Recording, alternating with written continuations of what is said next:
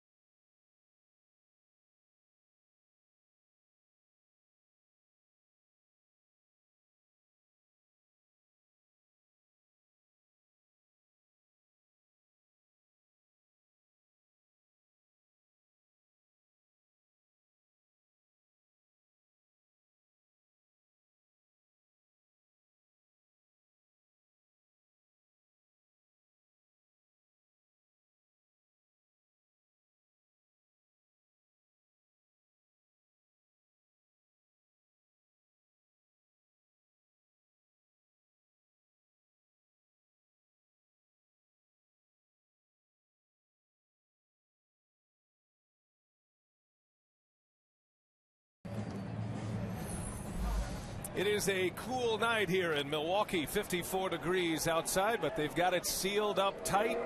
Should play as another hitter's ballpark tonight, as it has been throughout this postseason, Miller Park.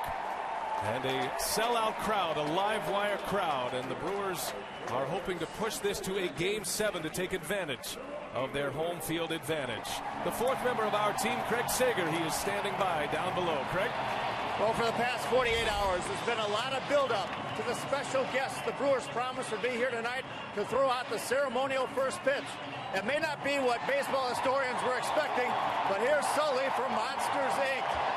What started out as a simple signal from Prince Fielder to his kids in the stands from the monster movie, Monsters, Inc. has become the unofficial mascot of the Brewers, and that's everybody in this place in beast mode. Well, not everybody. Tony La Russa told me just a moment ago he's a little disappointed. Like a lot of us, he was expecting former Milwaukee Brave and Brewer, Hank Aaron. Thank you, Brian. Yes, that is the new school up against the old school. And I would say Sully's about as new school as it gets, huh? Let's take a look at tonight's starting lineups, brought to you by the new Capital One Cash Card. Tony La Russa's batting order today. Rafael Furcal leads off, the switch-hitting shortstop. Then John Jay batting second in front of Albert Pujols, who's at first. In the middle of the order, it's Lance Bergman, Matt Holliday in left, and David Freese bumping up to the sixth spot once again.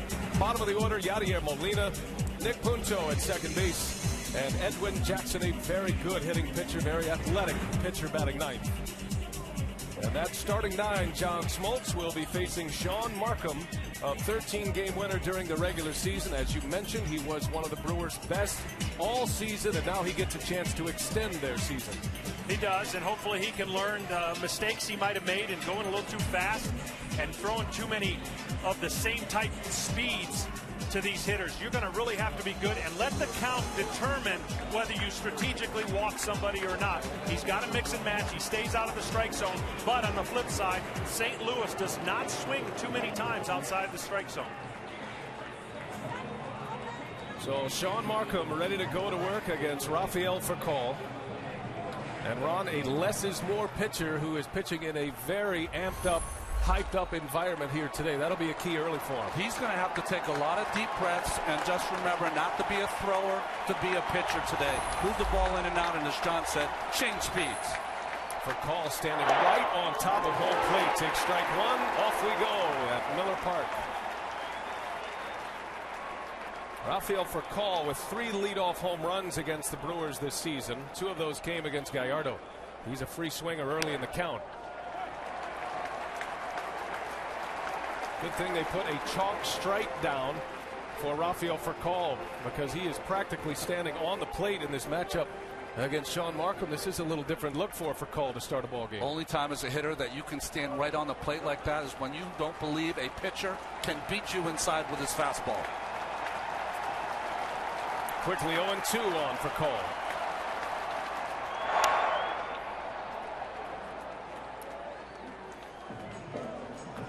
Now Markham coming to the Brewers in a trade with the Toronto Blue Jays. Milwaukee gave up their top prospect, Brett Lawrie, who burst onto the scene late in the season with the Blue Jays.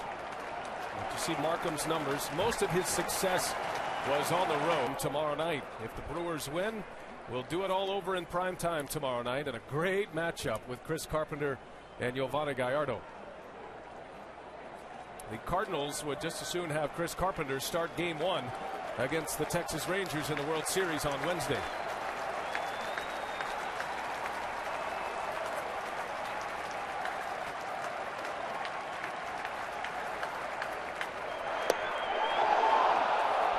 Off the plate, and the count evens at 2-2.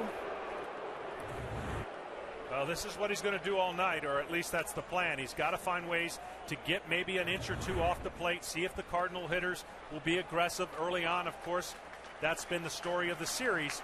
The Cardinals have not been as aggressive as the Brewers hitters have. It'll pop up, long run. Betancourt, the shortstop, is out, and he makes the catch.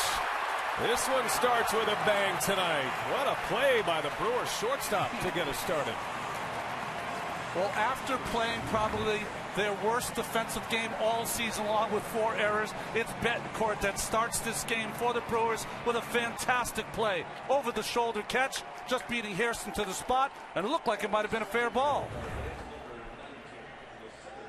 Betancourt had one of those 4 errors in St. Louis for Game 5 Friday night. An outstanding catch to begin this one tonight as John Jay digs in for the Cardinals. Well,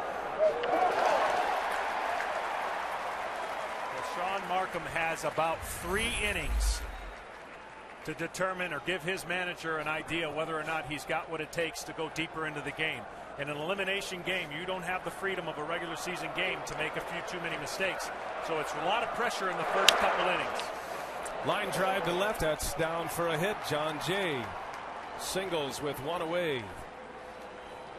And a man on for Albert Pujols. Ron, you referenced the defense. How about Milwaukee tonight? Well, their right-handed hitting lineup, you look at out there, Braun, Morgan, and Corey Hartnett's the starter will lead off.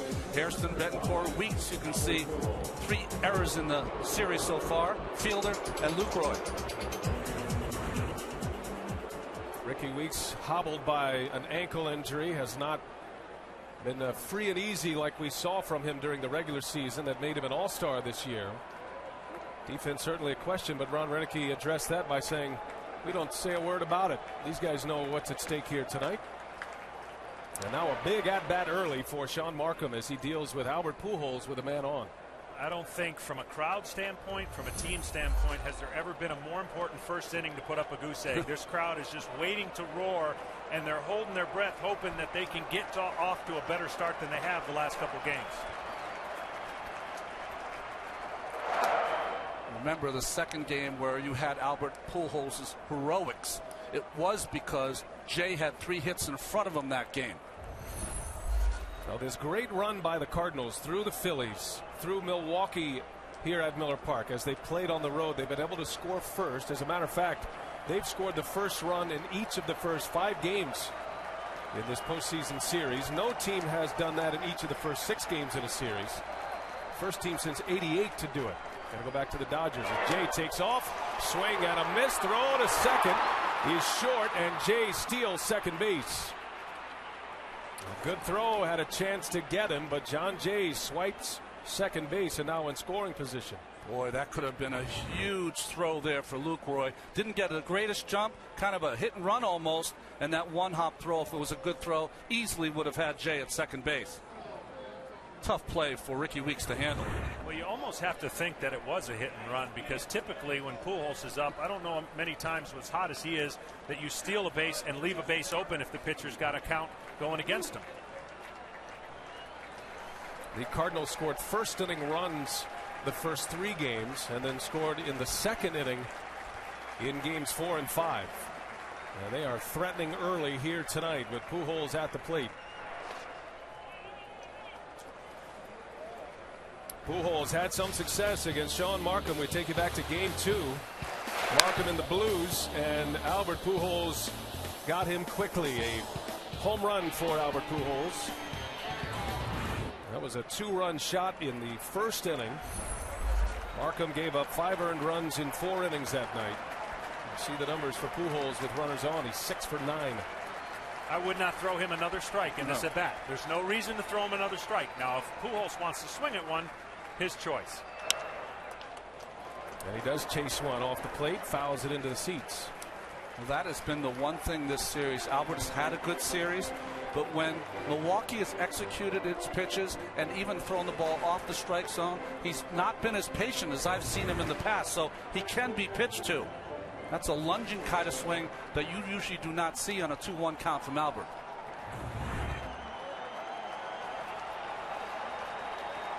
Might have been a swing trying to hit that big hole between first and second. Now, if you can throw a curveball or something on that same side of the plate in the dirt, that's when they have been able to get Pujols to swing.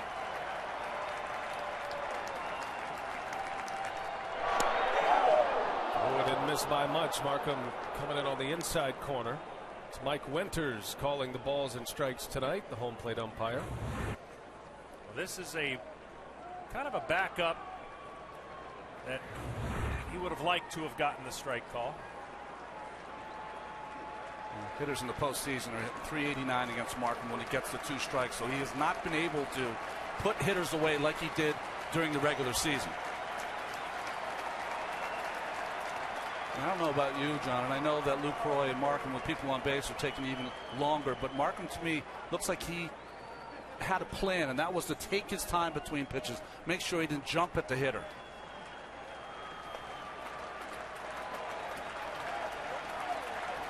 Still a base open at first. And Markham checks on John Jay at second base.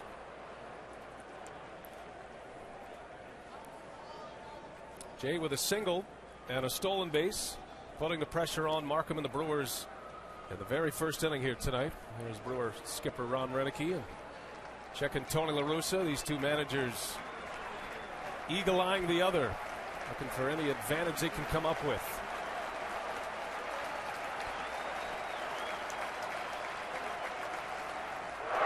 And Pujols lays off. So Markham walks Albert Pujols, 2 on to start the first inning. We mentioned Mike Winters. His mates joining him tonight. Gary Darling is the crew chief. He's over at first base. Tim Timmons at second with Sam Holbrook at third. The 2 outfield umpires, Mike Everett and Bill Miller. And it'll be the crew chief, Gary Darling, who will be behind the plate if this series should move to a Game 7 tomorrow night. See, now the good news behind that walk is the fact that we mentioned that the Cardinals do not swing and miss a lot, strike out, but they do hit into a lot of ground balls, and that has related it to a lot of double plays. So if you make your pitches against the Cardinals with runners on, you can get out of an inning. Markham a lot of success against Bergman throughout his career. 1 for 17. You saw the 4 strikeouts.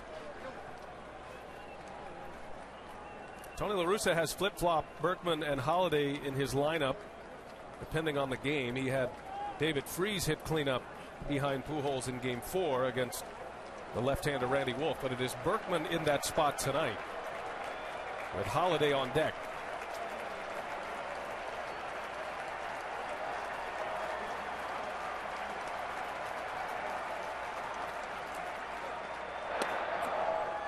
Two balls, no strikes. Markham digging in a hole against Lance Berkman and Jonathan Lucroy on his way out. I'm surprised by those numbers that we showed that Berkman's 1 for 17 because Markham looks like he'd be perfectly suited to the way that Berkman hits. He likes the ball in the middle of the plate, out. The breaking ball down and in is a strength for him. You know, sometimes you just don't pick up the ball off for a certain pitcher like you do others.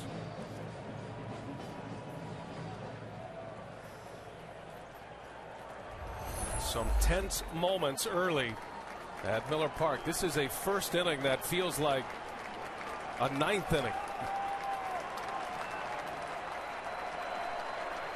2 on, 1 away, and a 2-0 pitch. Berkman rips one to center field, a base hit, and the Cardinals are going to take the lead. Pujols on his way to third, and now Berkman on his way to second. Everybody moves up, a run is in, and the Cardinals strike again. They continue to impress early in ball games. Another first inning run as Berkman singles in John Jay. Well, this is a clinic of baseball right here. 2-0 count, so Berkman gets a pitch he can hit. But you like the run's going to score Jay easily. But Albert Pujols, first to third, drawing the throw from Morgan, who misses the cutoff man, allows Berkman to move up. Just not a good defensive play there by the Brewers, and good aggressive base running by the St. Louis Cardinals. So the Cardinals take themselves out of a double play chance with Holiday at the plate. Now 2 in scoring position with 1 away. And a swing and a miss from Holiday. And a lot of talk, rightly so, about the Texas Rangers offense. They have been the dominant force offensively in this postseason. But the St. Louis Cardinals are certainly doing their fair share of damage as well. And they're doing it early, especially on the road, in Philadelphia, in Milwaukee, taking crowds right out of it.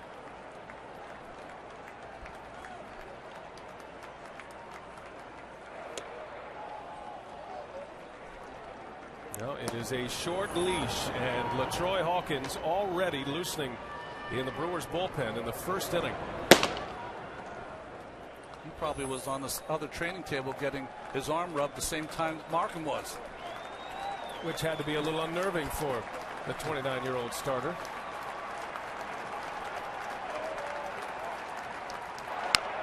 Right off the end of the bat, Markham coming to the plate, and the tag in time for the out. Sean Markham shovels it out of his glove, the college shortstop, showing some of that defensive flair. That's a big out number 2. What a humongous play by Markham off the end of the bat. You saw, we talked about Pujols with that big lead, and that nice shovel to Lucroy, who applies the tag, the bat in the way. Boy, Pujols' foot, you could have called him safe there. Watch the front foot and the tag. The right foot, does it get to the base before he's tagged? Pretty bang bang. Wow, and you wonder if the bat is not there, does he get there a little cleaner to the plate? Close as it gets. Mike Winters with the out call on Albert Pujols. Could have gone either way. Now 2 gone, and here is David Freese.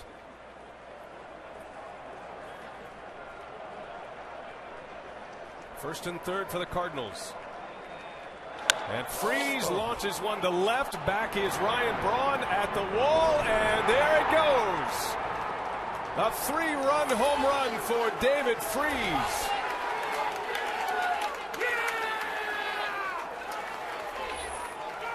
4-0 Cardinals, and their hottest hitter comes through once again. Worst case scenario for Milwaukee. Well, this is just a hanger right over the middle of the plate. And as great as the play he made right there, that pitch right there is got to be a crushing blow to not only the Brewers, their fans. Molina swinging away at the first pitch. What a start for the Cardinals against a Missouri native, Sean Markham. 4 on the board.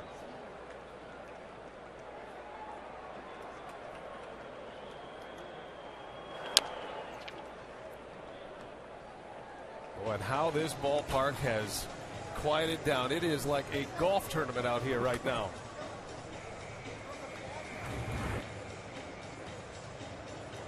No worse feeling in the world for a pitcher. You know what's at stake. You know what you got to come out and do. You're maybe one pitch or one play away from being okay. Postseason can be awfully cruel. Try to counter to Freese with a first pitch curveball.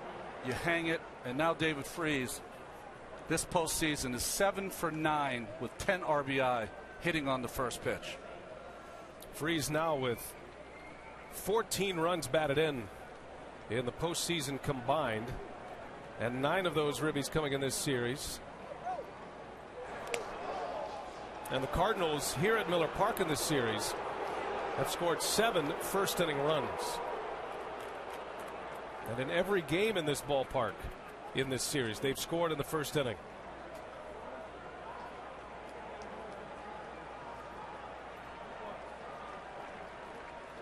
Two balls, 2 strikes on Molina.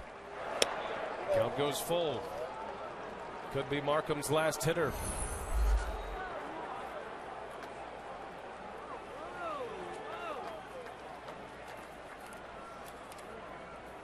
"26 pitches into this game. Sean Markham is trailing 4-0 as the Cardinals come out banging away here tonight.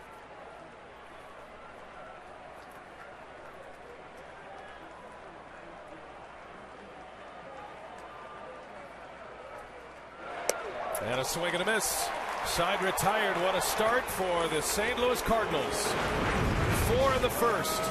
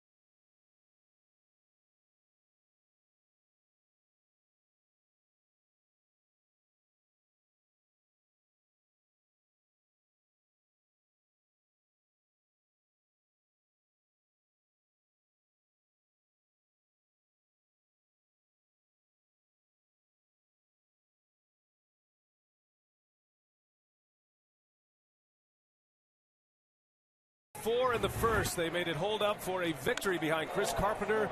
Tonight, David Freese, a 3-run home run, giving St. Louis an early advantage. This series, if you throw him fastball away, hit you over the right field fence, you throw him a breaking ball in, they'll hit it over the left field fence. And in the winter, when you're not sure that big number 5 is still going to be wearing a Cardinal uniform, embarrassment of riches to have a young player come up and show what he can do.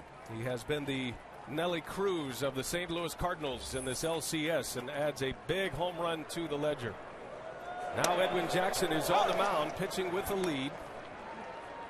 After a 4-run first, facing Corey Hart to start it. See the numbers on Edwin Jackson in this postseason. He was on the mound against Sean Markham here at Miller Park in Game 2. Edwin Jackson now has the luxury of being able to go after the hitters a little more aggressively. He's got a good fastball and a good slider.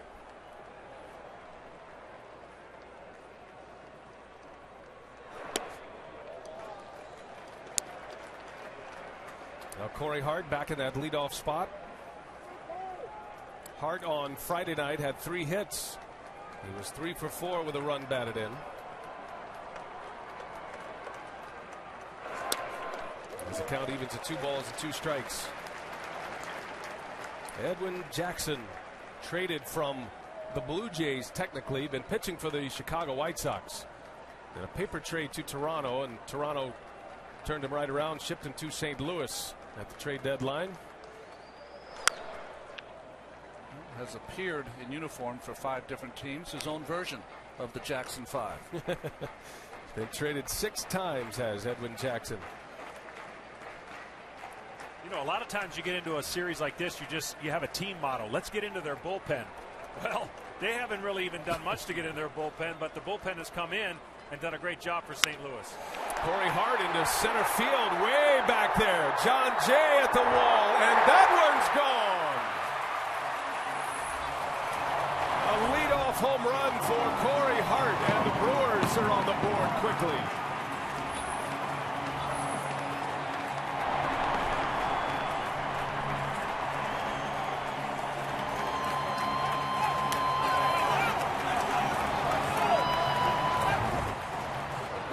This might be one of those games.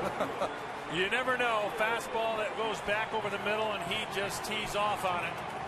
This game may have more pitching visits and mound visits than we've seen in a long time, Ron. This is a small ballpark. Anything can happen. A 3-run lead now means nothing. Nigel Morgan for Milwaukee. Corey Hart with 6 home runs against the Cardinals this year. No player in the major leagues has more home runs against St. Louis than Corey Hart. Tonight it is as a leadoff hitter. Had 5 leadoff home runs during the regular season, and that is exactly why Ron Renneke wants him at the top of the order. Not a prototypical leadoff hitter, but he brings the power threat and a quick strike for Milwaukee at the plate. First time in postseason history. Not a lot of postseason history to call on for this franchise.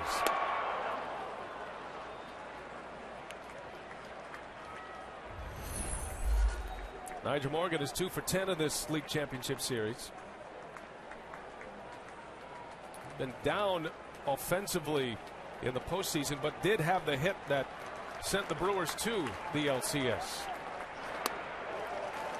A game-winning RBI single in Game 5 of the League Division Series against the Arizona Diamondbacks.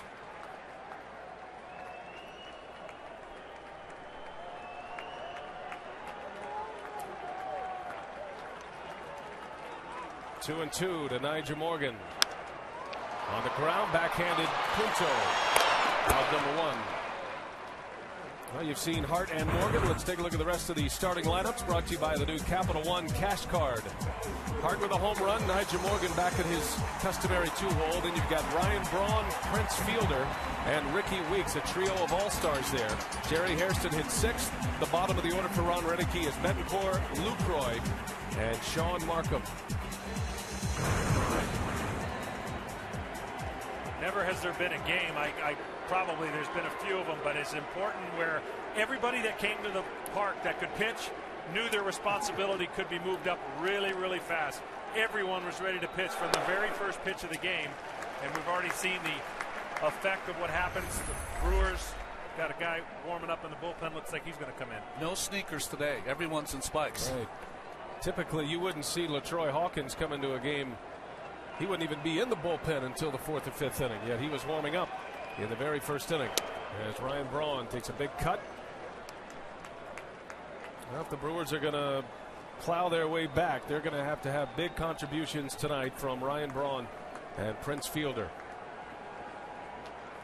They have been good in this postseason. They have been dominant at home at the plate during this postseason.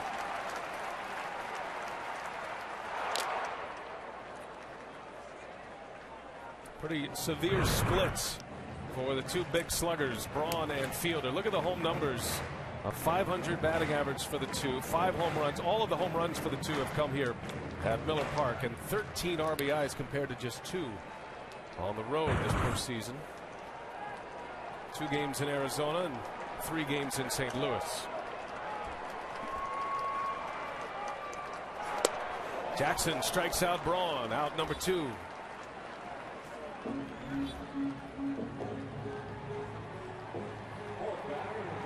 Well, this is the one area that they've been able to expose so far on Braun. Fastball down, then they're going to tie him up with a good sinker. Try to go back in there. Wasn't as far in as he would like, and then a fastball away, maybe even a cutter away, that he was able to get him to extend and reach and not catch up to it. 2 gone for Prince Fielder. And a strike from Jackson. Rick Kranitz, the Brewer pitching coach, on the phone to the bullpen.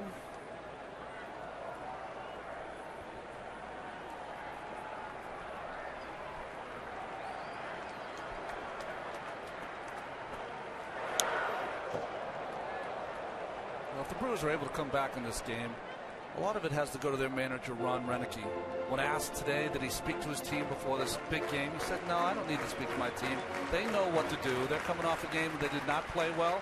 He's shown a lot of patience in them. Maybe they'll reward him. Fielder hits one a mile high. Back is for call. And when it comes down, side retired. Edwin Jackson gives up a home run to Corey Hart. The Brewers get on the board. 4-1 Redbirds as we go to the second.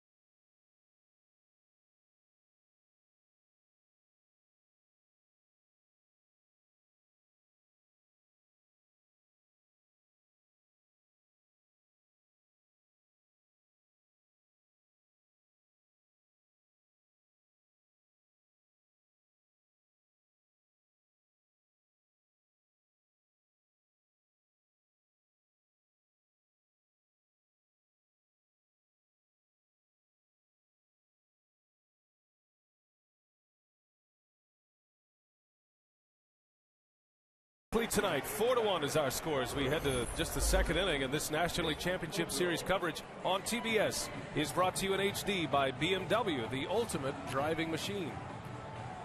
Sean Markham is out, gives up 4 runs on 3 hits, and now Chris Narveson is in. There's a lot of speculation whether Narveson might get the start in this game, Ron, but he comes in a 4-1 ball game and a left-handed look for Ron Renneke. Huge situation for Narveson and the Brewers. He can come in and stop this tide. He turns this entire St. Louis batting order around. Punto to his worst side, Berkman to his worst side. Narveson also is a guy who is a good hitter, so you could leave him in there if you wanted to get 3 or 4 innings from him. Nick Punto back in the starting lineup once again. He and Brian Terrio have split time at second base, but it is Punto, because of the right-handed starter, that is getting the start. Now he turns around and hits right-handed against the lefty. Typically, La Russa would rather have Terrio in the game against the left-hander. And it is Punto who stays, and you can afford to do that with a 4-1 lead. And I guess the big question right now, John, is 4 runs going to win this game? No. That's the key. I don't believe so. It did the other night when St. Louis scored 4.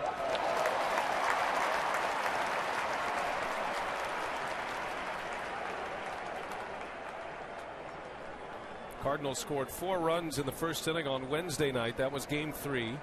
Did not score the rest of the game, but they didn't have to. That was a 4-3 victory for the Cardinals. Well, we talked about in the opening, it's the race to 5 now. Who gets to the 5th inning with the lead? Can St. Louis hold this 3-run lead or add to it? Those are the teams that have won in the series. Chris Carpenter has been the lone Cardinals starter to get through the 5th inning in this series so far, and yet St. Louis has a 3-2 lead over Milwaukee.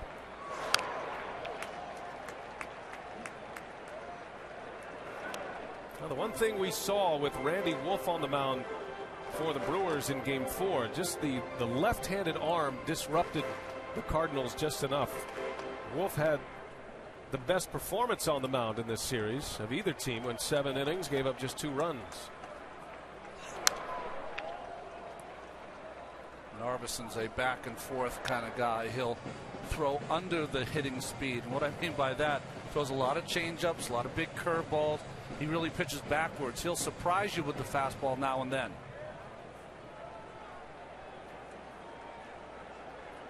Narveson, the former Cardinal.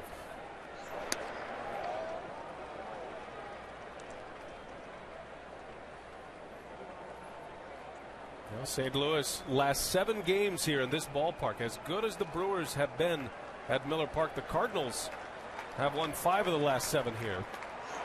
As Narveson strikes out Nick Punto.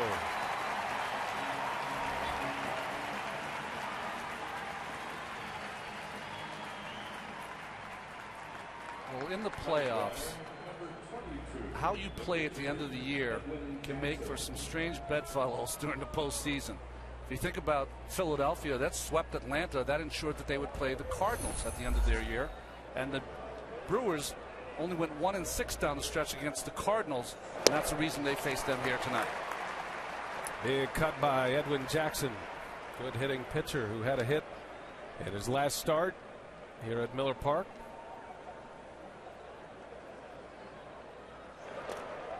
There was so much discussion the last month of the regular season. It almost looked like the division series were a lock with about 30 days left. It looked like it was going to be the Diamondbacks, Brewers, Braves, Phillies, but that all changed as the Cardinals got hot. The Atlanta Braves slumped.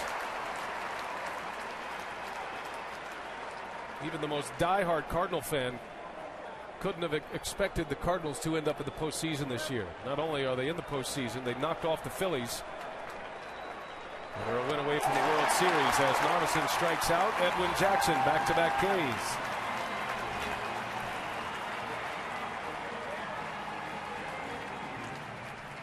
The Cardinals grab the wild card this year. The National League Central bringing 2 teams to the postseason.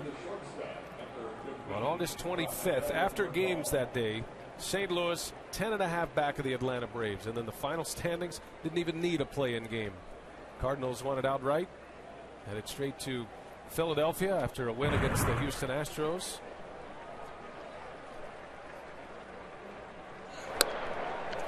It was Carpenter who won the game against Houston to send them to the postseason. It was Carpenter who won Game 5 against the Phillies. If the Cardinals don't finish it off here, he'll be the one to send them to the World Series, perhaps. It's Furcal, deep left field, and that one is up and out of here. Rafael Furcal, surprising power from the right side. And the Cardinals get their run back. It is now 5-1.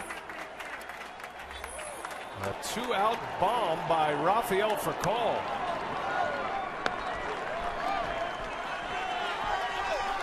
Both leadoff hitters have a home run. Not many times you see a hitter of Furcal's stature one-hand the ball into the bleachers in left field. Let's go the bat, catches it on the good part of the wood, and a long home run. Two-out home runs already in this game. Freeze in the first, now Furcal, and St. Louis has scored 13 two-out runs in this NLCS, compares to the Brewers 1. Don't let Furcal's size fool you, because he's got a big bat at the plate. I mean, as far as length, he's got one of the bigger bats for a leadoff hitter, and he can. I've seen him do that a few times.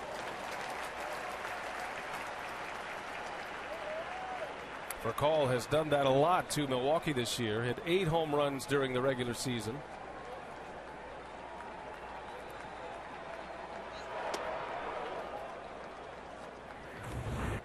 John, you were talking about that bat of Furcal.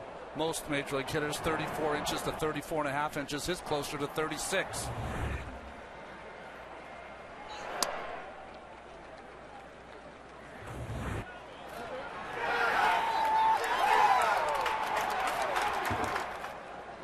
Well, what a start for the Cardinals. Loving every minute of it in that visitor's dugout. Full count. Jay takes a called strike 3. Narveson strikes out the side, but St. Louis is banging away at Miller Park tonight. Another home run.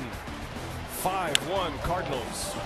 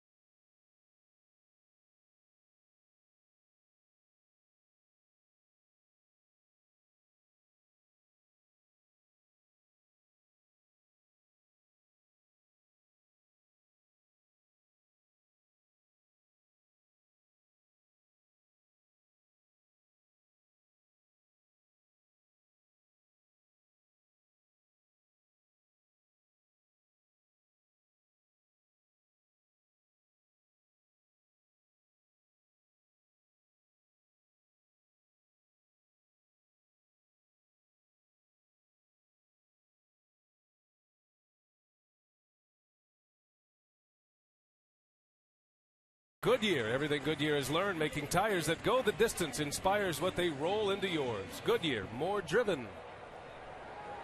Back at Miller Park, roof is closed up tight tonight.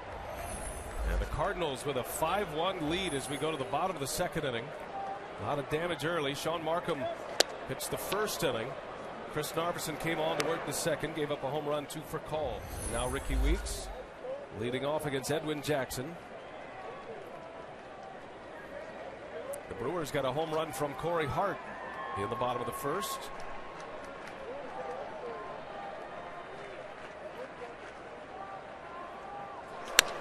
That one's hit well to left. Matt Holliday looks up. There it goes. Home run derby at Miller Park in the early going. Each team with 2 apiece.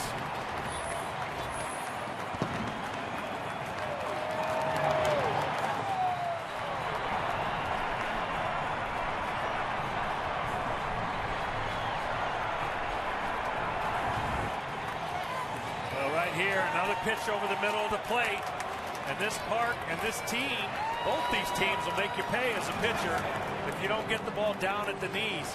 What you've got to do for Milwaukee is try to not pay attention to the scoreboard as much as have great at-bats. This was a great at-bat.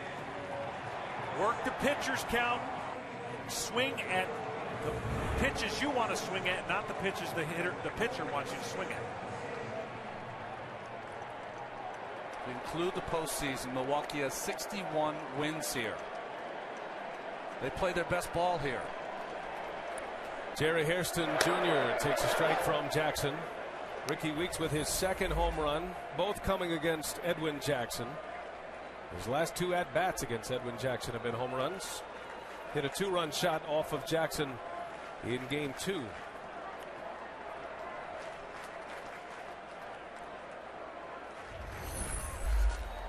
Jerry Hairston is having a good series. He is 7 for 19 at the plate.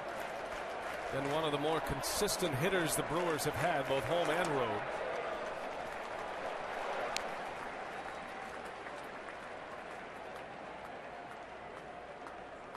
Well, what a start to this game tonight. Game 6.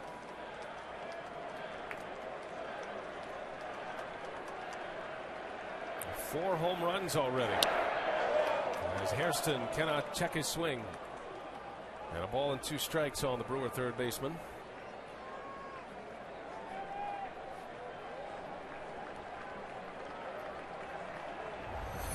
Hairston's father, Jerry Sr., hitting instructor with the Chicago White Sox, former White Sox player, and he played for Tony La Russa.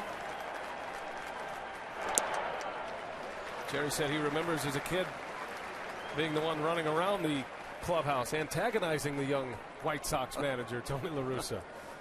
La Russa now in his 33rd season as a big league skipper.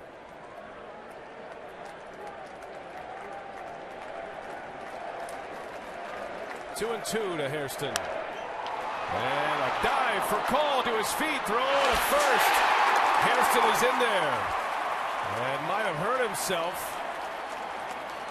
Clutching at his shoulder. Hairston goes head first to avoid the high throw. And is down in a heap. It'll go as an infield hit.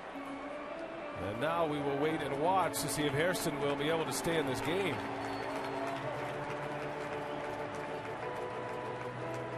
Well, for whatever reason, it's so hard. It must be hard for players to tell themselves in that play to slide feet first.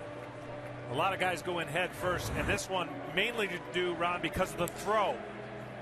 Well, he doesn't want Pujols to be able to slap him on the helmet with the tag, so he goes down low and lands hard as that shoulder goes right into the first base bag, almost a leap into the base. He senses a hit, he sees Pujols, and then goes through the bag. Not only his shoulder, but maybe his hand, which snapped across that bag, his left hand.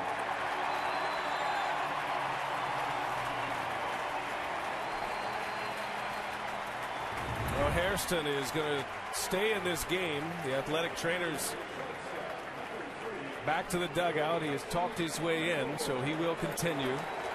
That is his throwing arm as well, so we'll keep an eye on Hairston defensively for the remainder of this game. He's rolled over that right arm, but he will stay. An infield hit, back-to-back hits to start the inning for Milwaukee.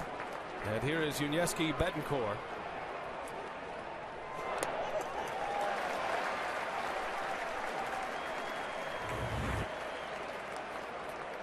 A little leap, falling hard on that left shoulder, scraping the left hand across the bag.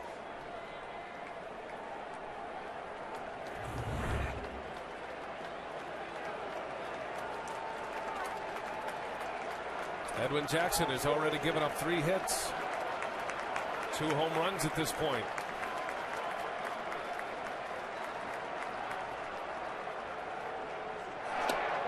And a breaking ball against Betancourt. Uni Betancourt, first-year shortstop of the Milwaukee Brewers, came over in the trade with Zach Greinke. 7 for 20 during this league championship series. He's had a nice run in the postseason. Has a home run.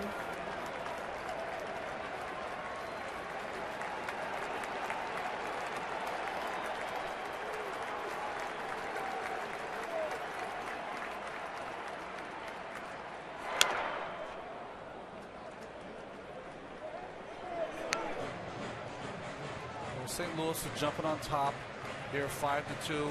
Brewers still fighting to get back in this game. Remember, Edwin Jackson had a start here on August 3rd.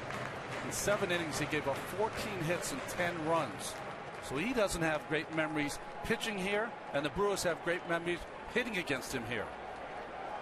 That was a day Tony La Russa's bullpen was shot, and Jackson had to just stay out there. He kept asking him if he could continue. An ERA buster against Milwaukee that day, but he's had some success against the Brewers as well. Tony La Russa mentioned a little bit of concern with Jackson and the fact that he has pitched against Milwaukee so much since coming over in that trade. 5 times he has matched up against the Brewers, including the postseason, and that has all come since late July. Jackson's second start as a Cardinal was against Milwaukee. Betancourt pops it up. David Freese in foul territory. And there is the first out.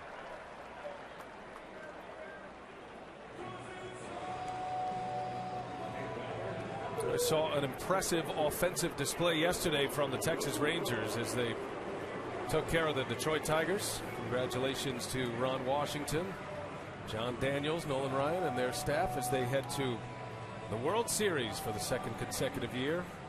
Now we had a chance to cover the Tigers and the Yankees. Terrific season by the Detroit Tigers as well, coming up short. Tony La Russa said he talked to Jim Leland. They've been talking every day during this postseason. Tigers a great effort, but the Rangers are moving on, and now they await the winner of this series. Yeah, your reward for getting through this series, you got to pitch against that lineup with Nelson Cruz, the 7th place hitter. Cruz was named the MVP of the ALCS. He's been a big-time postseason performer. Lucroy takes one in the dirt. 2-0 on Jonathan Lucroy.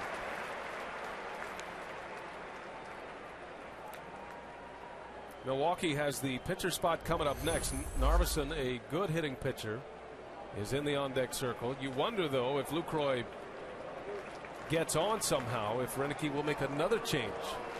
They got 1 inning out of Markham.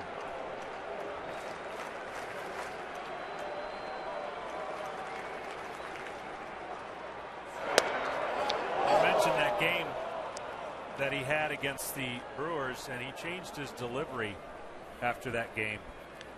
Every pitcher's nightmare is feeling like maybe you're tipping your pitches. So he stopped going over his head. They made a change to try and maybe stay away from if the Brewers were picking up his pitches.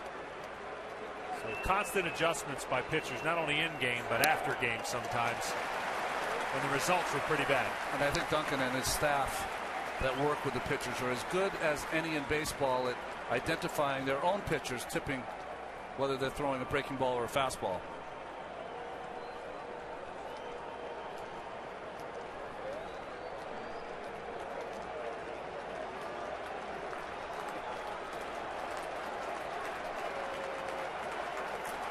Jackson down on the count, 3-1 to Lucroy. And that one's into left center field. That ball's well hit. And that one is going to go! Jonathan Lucroy with a 2-run home run. The Brewers are right back in it. 5-4 St. Louis.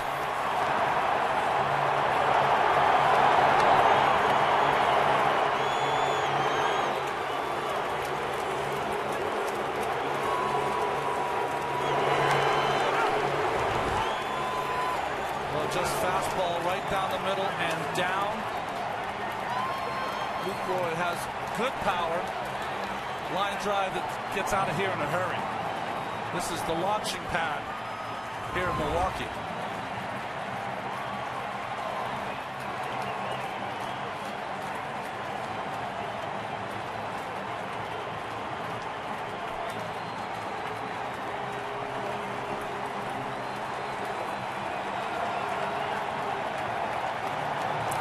Five-year-old catcher Jonathan Lucroy gets them back on their feet at Miller Park.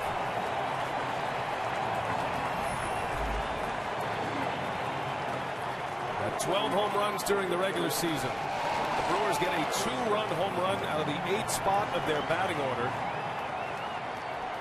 And as that ball sailed out, the Brewers bullpen got quiet, and now Chris Narveson is going to be able to hit for himself here.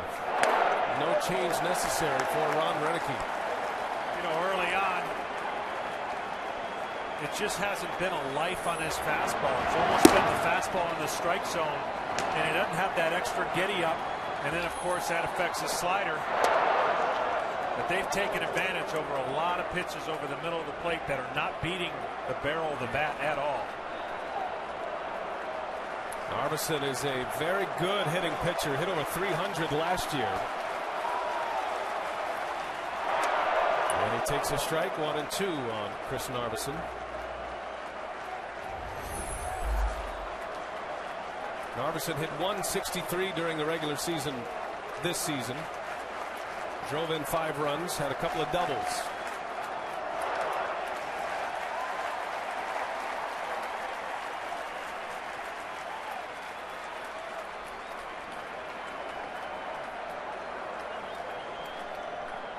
Biggest hit of Jonathan Lucroy's career to date.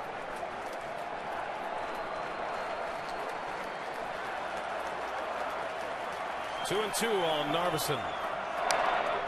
Slaps it foul. 5 home runs already in this game. We're only in the 2nd inning. Our pitchers up here a little gun shy right now. Ron Darling and John Smoltz. You guys okay? Well, not really. A little flashbacks, you're right. They just don't panic here, the Brewers. They know they play well. They know they're going to score runs. They know they can pop the ball out of the ballpark. I mean, they had to be shocked to give up those 4 runs in the first, but they've done it here all season long. Big swing and a miss. Narveson down on strikes. Take it back to the home run by Lucroy. I just think what John was saying about Jackson is true. When he throws that 4-seamer, it doesn't have a lot of movement on it. It's pretty true and straight, and you can see the excitement of Lucroy. Knew it right away.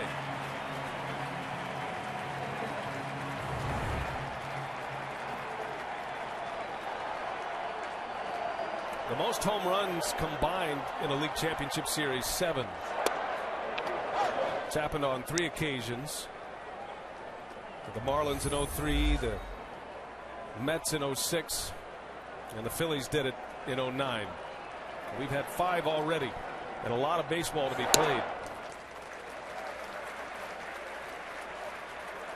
Well,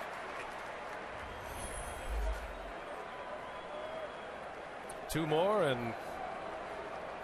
we'll put the names on the list once again. Hart slicing one foul.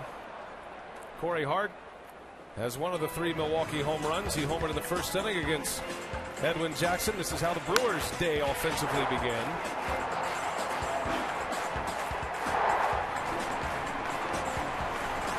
Cal Ripken was talking about Corey Hart and the matchup with Edwin Jackson in our pregame show today, the On Deck Show, and responded right out of the gates. Well, one of the things that hasn't happened since Game 1, Game 1 had the issued warning. There really hasn't been enough uncomfortable at bats, whether it's the stuff of the pitchers or the fact that you're having an effective inside pitch to take away a certain part of the plate and add to the other side of the plate. Just like every hitter's real comfortable, and that's one thing that, from a pitcher standpoint, if you don't have the stuff that's going to make them uncomfortable, you better be able to push them back, go back and forth, up and down with location.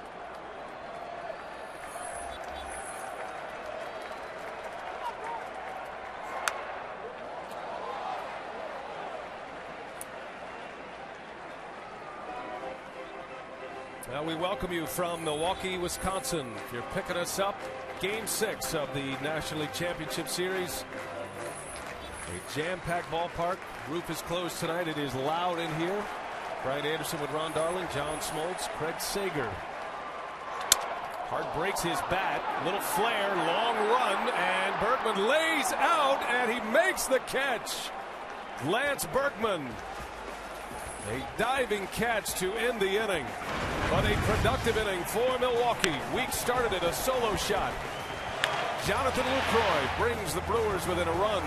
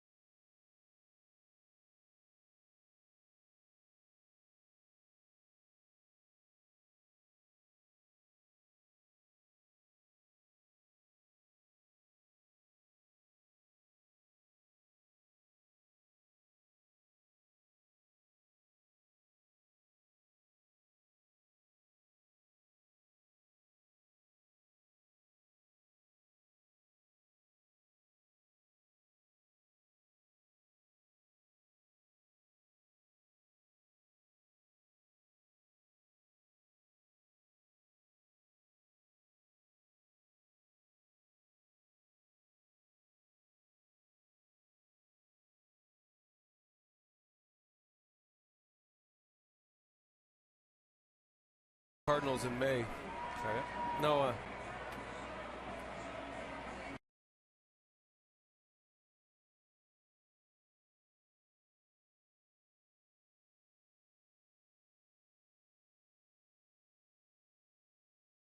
Here's the best of the game, brought to you by the Audi A8. Most postseason wins since '96. Only the Yankees with more than the St. Louis Cardinals. The Tony La Russa-led St. Louis Cardinals.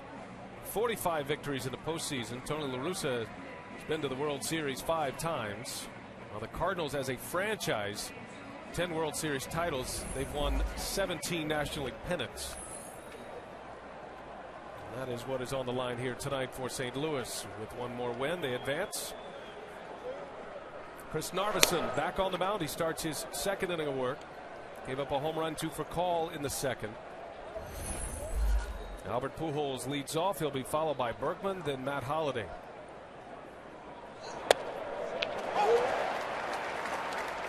Narveson has had his moments against St. Louis during the regular year. Back in June, he went 8 shutout innings against the Cardinals. He's the winning pitcher here at Miller Park against St. Louis.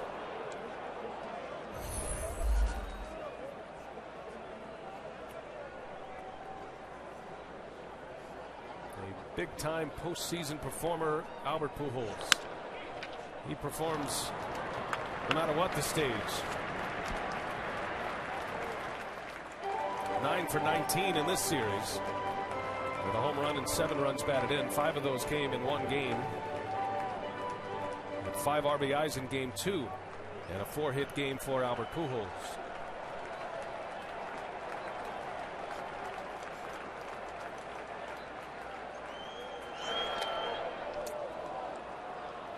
You know, he's 9 for 19, but you see that shift with Weeks up the middle. He's had 2 hits taken away by that shift so far.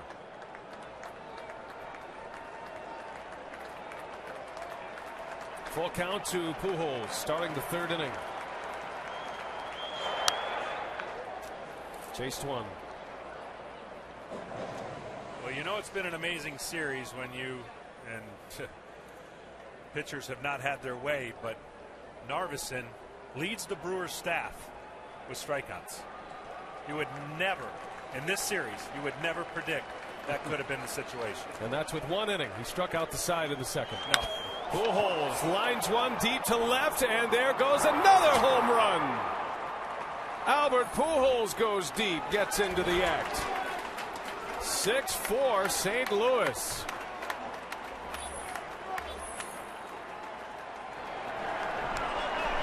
The 6th home run of the ball game as Pujols belts his 2nd of this series.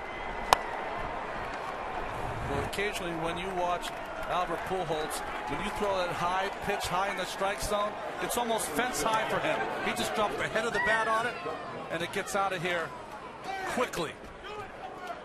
The outs are down with Pujols. You've got to get it down. You're not going to get away with it up. Here's Lance Berkman. And on the first pitch, a hot one. What a play by Weeks. Can he finish it off? He can. Wow. Ricky Weeks on the backhand. A spinning throw to first for the out. Berkman retired. Already some better defensive plays for the Milwaukee Brewers. Betancourt in the 1st inning, and here up the middle. The nice dive, the pick as that came up on Ricky, and then took his time to get that out at first base. Playing up the middle is really what made the play. The charts got Berkman on that hard ground ball. And the first out of the 3rd inning as Berkman is robbed of a hit. Here's Matt Holliday.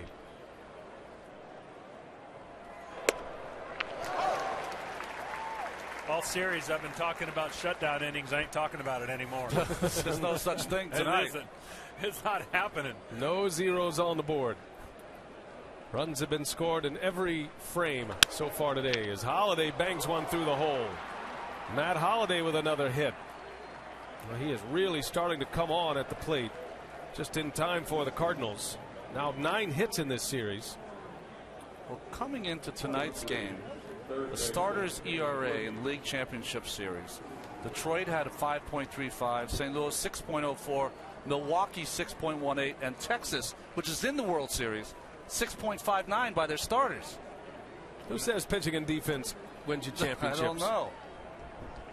Unheard of numbers for the postseason. Holliday at first for David Freese. Nobody has had an answer for David Freese. A 3-run home run in the 1st inning, giving the Cardinals the 4-0 lead before the Brewers came to the plate. Whatever book the Brewers have on Freese, it needs to be shredded immediately. A 10-game postseason hitting streak for Freese, doing a lot of damage as well with that hitting streak. Extra base hits, home runs.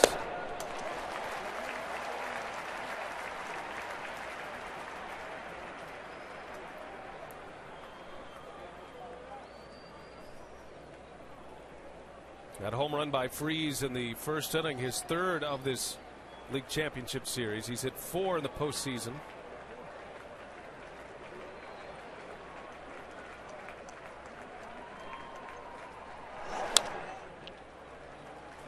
And like Nelson Cruz of the Rangers, he's doing this damage from the bottom of the order, 7th or 6th. His first home run against Zach Greinke, a 3-run shot. And he drove one over the fence in right field at Miller Park. And then tonight, a 3-run home run with 2 outs in the first inning. A lot of traffic on when Freese has been at the plate, and he's responded. Well, I can't tell for sure, but I think Cal's getting his glove on where our studio guys are. They're not in a safe place the way this game's going.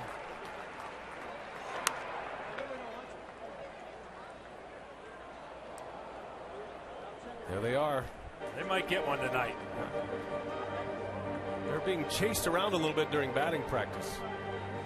Looks like a drum kit, like a Neil Peart drum kit up there, right? Like expected a rock concert. Good look.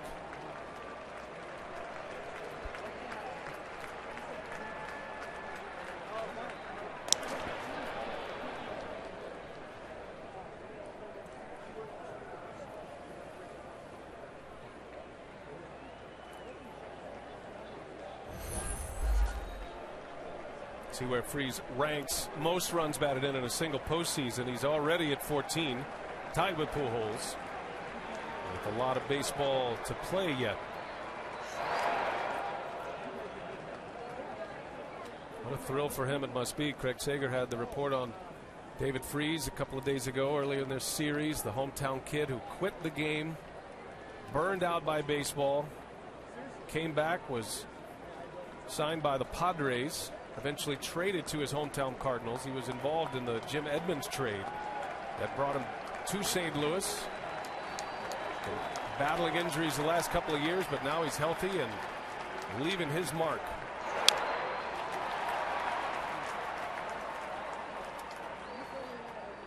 We've done everything by the pitchers. John, you were mentioning it before, as middle of the plate away, or they're trying to bury some changeups or curveballs in the dirt.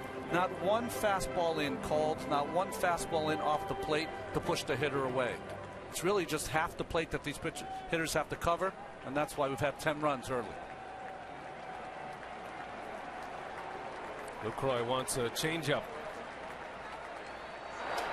Freese, did he go? They will ask. No, he didn't, says Gary Darling. And it goes full, 3-2. Well, Freese is a big, strong, young kid. I don't think he's had a swing on that. Big check swing in last night's game between Texas and Detroit. Nelson Cruz.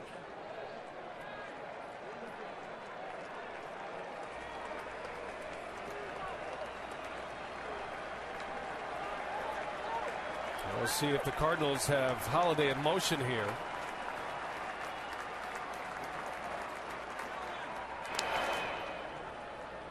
Freese was a bit of an unknown. They knew his talent, certainly his prospect status, but had ankle surgery last year in late June, and he was out the rest of the season. Came back this year. He fractured his left hand in May, missed 2 months, didn't return until late June. That one's hit well, right field. That is way back there. Hart going back. He looks up, and it is down in the corner. An extra base hit for Freese. Holiday will stop at third. Another extra base hit. David Freese doubles down the right field corner, and the Cardinals have him at second and third with 1 out.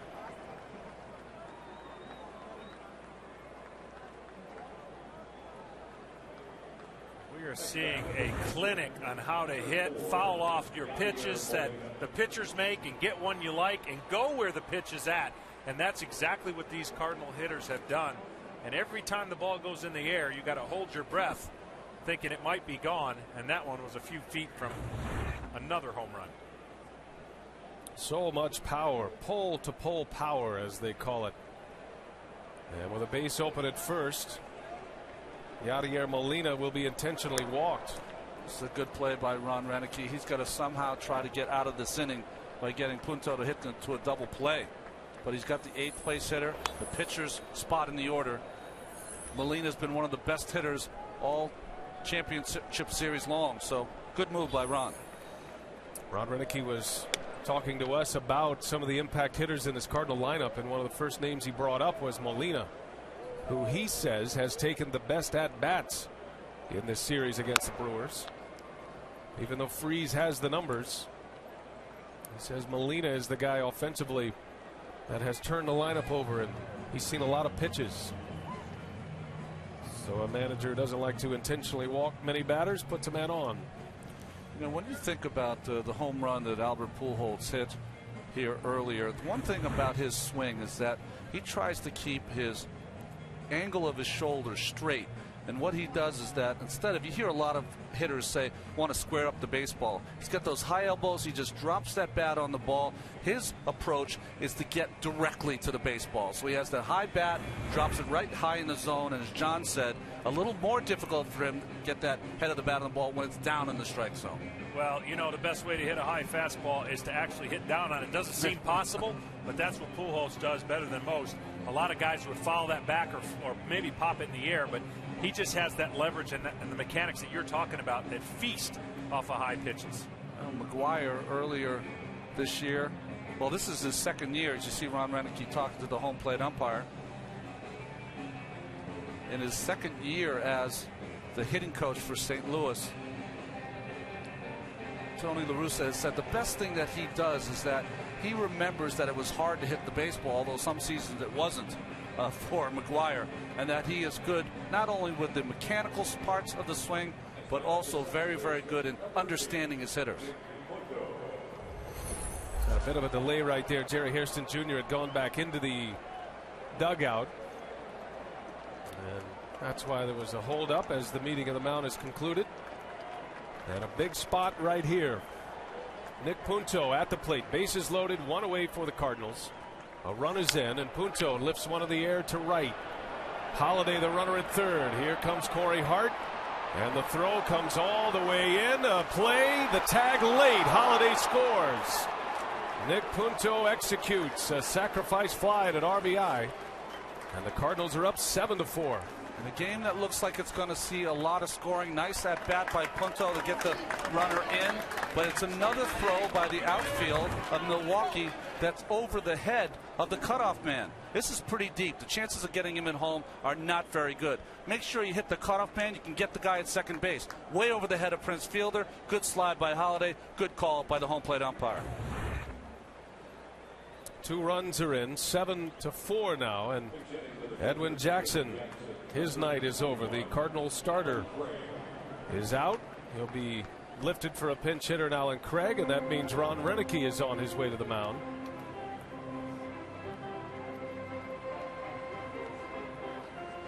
So a pitching change coming up for Milwaukee. Markham started, went 1 inning, gave up 4 runs.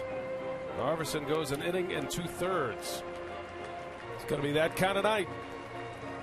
Beware pitchers as we take a break.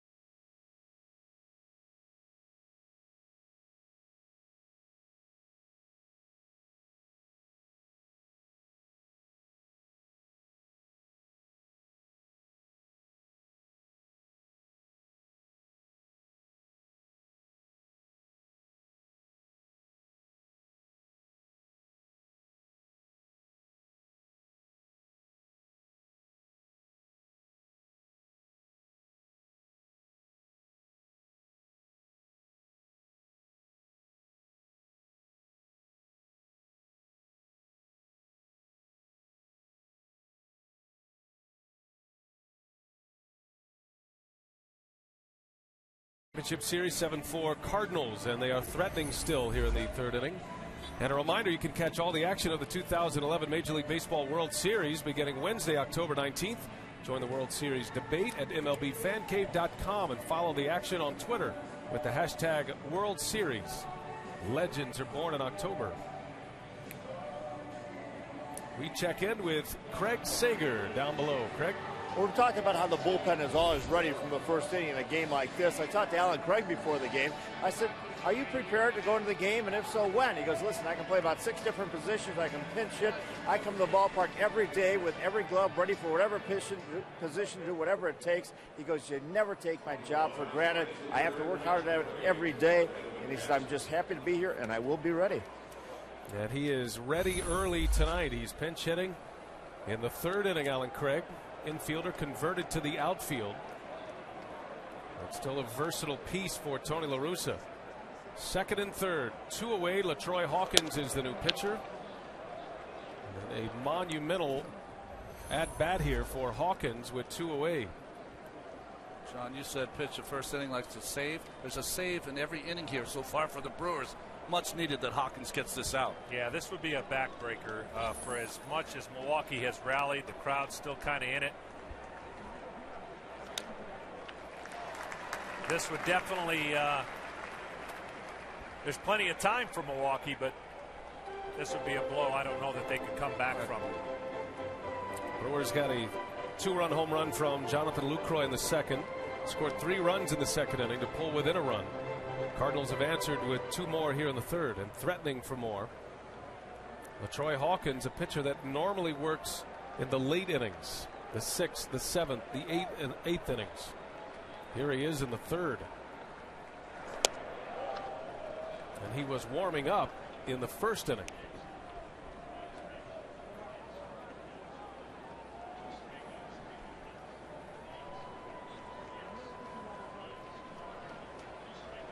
David Freese, he doubled. He's now at third base. Molina at second.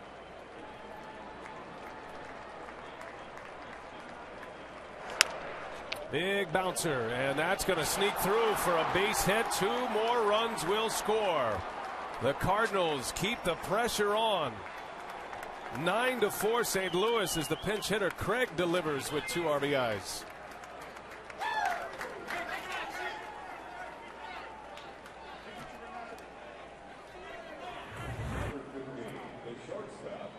Well, this simply is just a chopper up the middle where it just gets in between the fielders, and you can just feel again the air just being sucked out of this dome.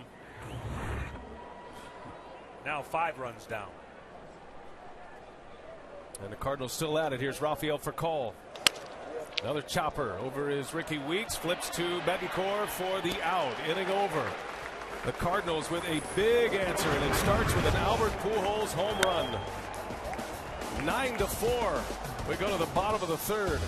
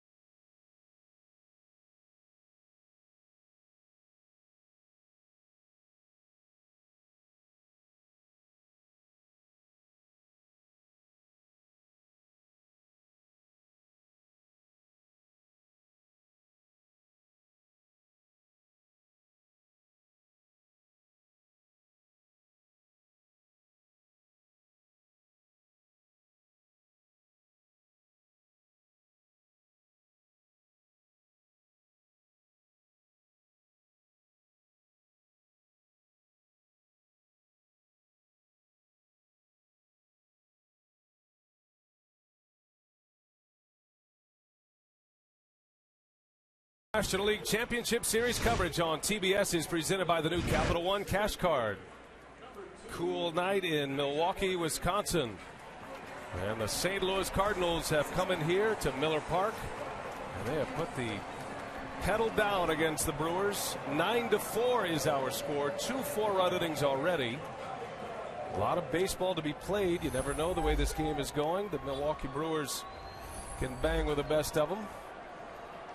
A run scored in each of the first 5 half innings tonight. Ties a postseason record. And you got to go all the way back to 1910. The Athletics and the Cubs, the Philadelphia Athletics and the Chicago Cubs. That was game 3. Remember that one, John?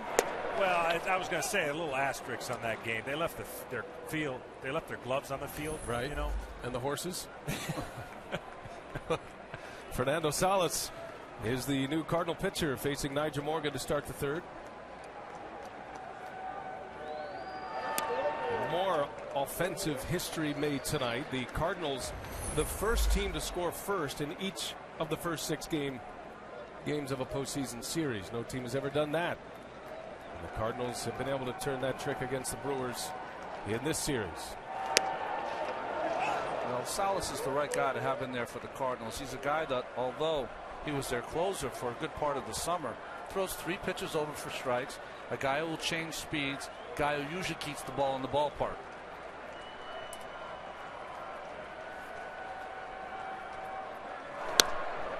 This was a regular season game, John. These are the games that, as a reliever, you don't want to be in. Doesn't seem like anyone has a chance. Salas pitched in game 4 and a scoreless inning in game 4. That was back on Thursday, so he's had a few days rest. As Morgan swings and misses, down he goes on strikes. And the first batter retired for the first time for a Cardinal pitcher. Most relief appearances through the first 6 games. This is in a 7-game postseason series. The Cardinals inching their way towards the 2004 Boston Red Sox, the world champions that year in 2004, defeating the Cardinals in the World Series. They're going to at least tie that tonight. Salas has been the Cardinals closer this year. Now working in the bottom of the 3rd inning. Edwin Jackson goes 2, gives up 4 runs to Milwaukee.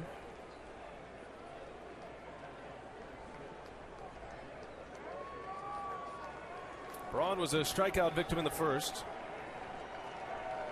There's the current Cardinal closer. And boy, has he had a good series. Jason Mott.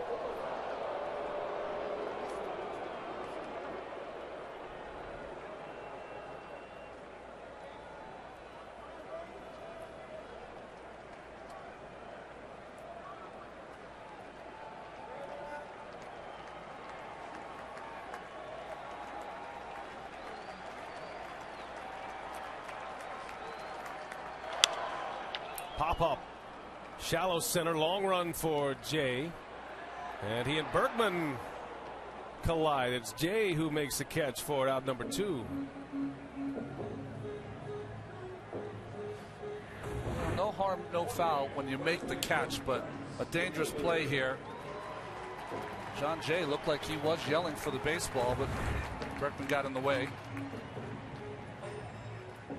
They probably had no trouble hearing each other, as quiet as it is inside Miller Park. Now Prince Fielder with 2 away. Fielder, a free agent at season's end, and much talked about free agency. Brewers are hoping there is more baseball here this year, but Fielder perhaps winding down his career as a Milwaukee Brewer. Don't know how things will go in the offseason.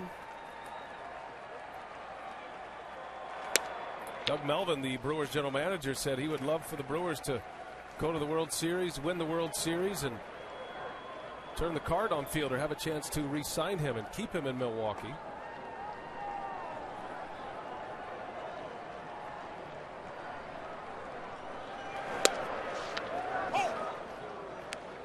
be a very interesting offseason with the two first basemen in this series, Albert Pujols and Prince Fielder.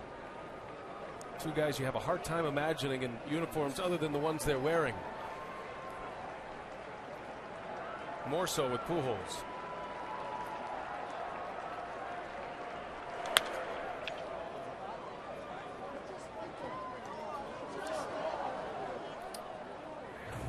One thing about La Russa, he manages every single part of every single game. He is into every single pitch, and that's his reaction when the two outfielders almost collided. He loves postseason baseball because he is in it from pitch one as he is in the regular season, but there are certain things you do in the regular season you would never do in the postseason, like what we've seen from La Russa and how he's handled his bullpen. Well, you see all the great numbers for Tony, but the one thing about him is that he just has such an attention to detail about every little thing about his ball club, about the other ball club, and tries to exploit those if he can within the framework of 9-inning game. Fielder lifts one high in the air, right center. Long run for John Jay at the wall, and he's got it. John Jay pulls one back. And that is a 1-2-3 inning, the first 0 of the night. And it's Salas who puts up that 0. 9-4 Cardinals.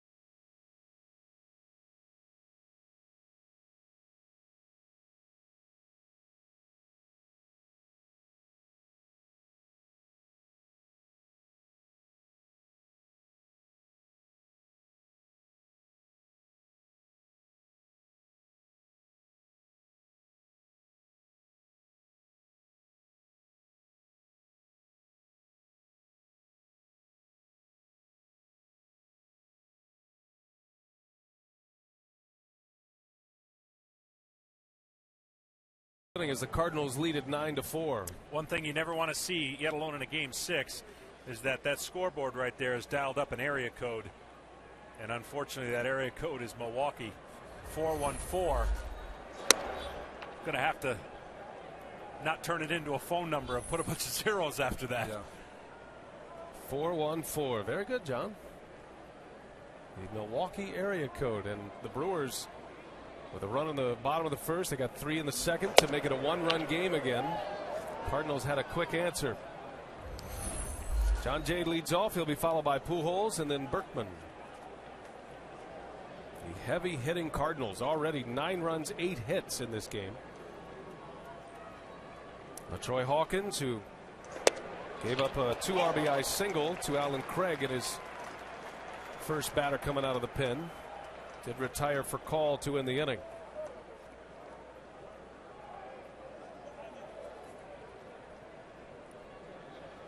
Jay has a hit tonight. He is 1 for 2. Singled, stole a base, and scored a run in the first.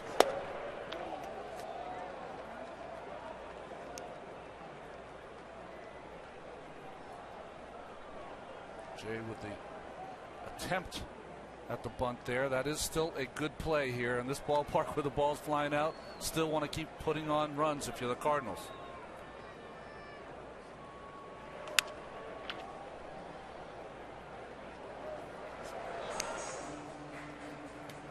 Well, it's a series that brings 2 Miami Hurricanes back together. John Jay and Ryan Braun played together at the University of Miami.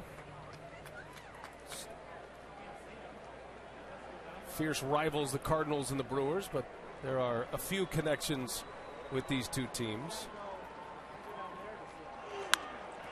Does that mean if there was a bench clearing brawl, these are the 2 guys that would come together and, you know, give a good a good performance? Or, yeah, give a good fake and kind of jostle around and make sure that they wouldn't hurt each other.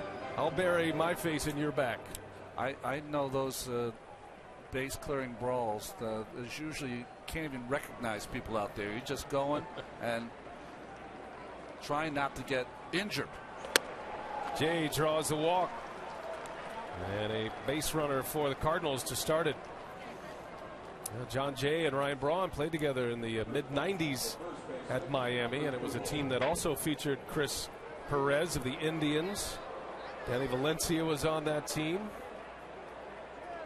A couple of Canes at the U.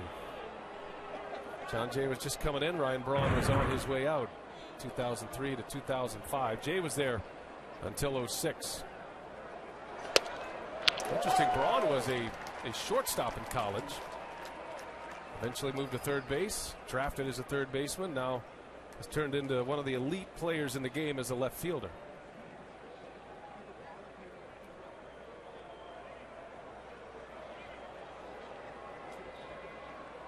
Albert Pujols with John Jay at first. Popped him up. Fielder, foul territory.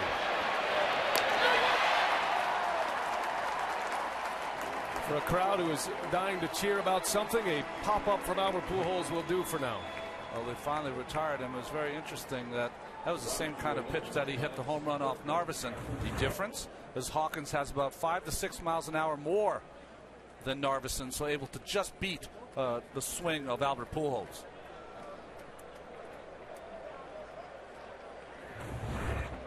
So 1 away, and Lance Berkman now.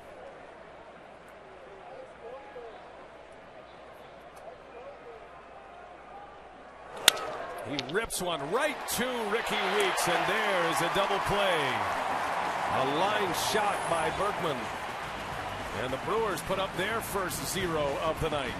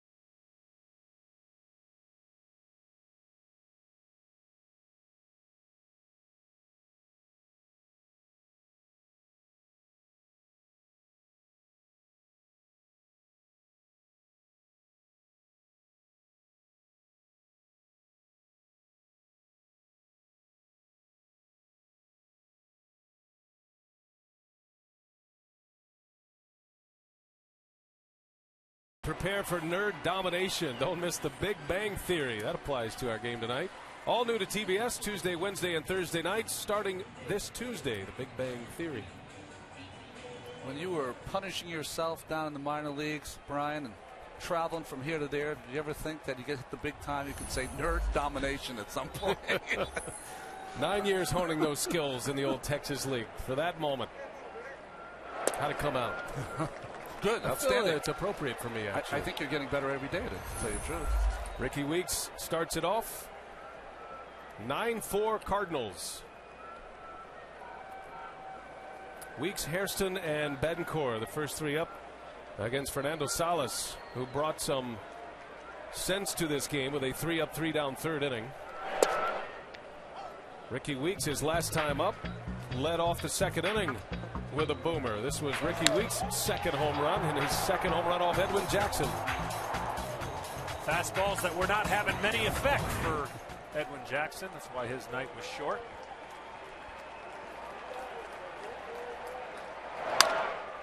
Big bouncer out to short for Call, winds it up and throws Weeks out.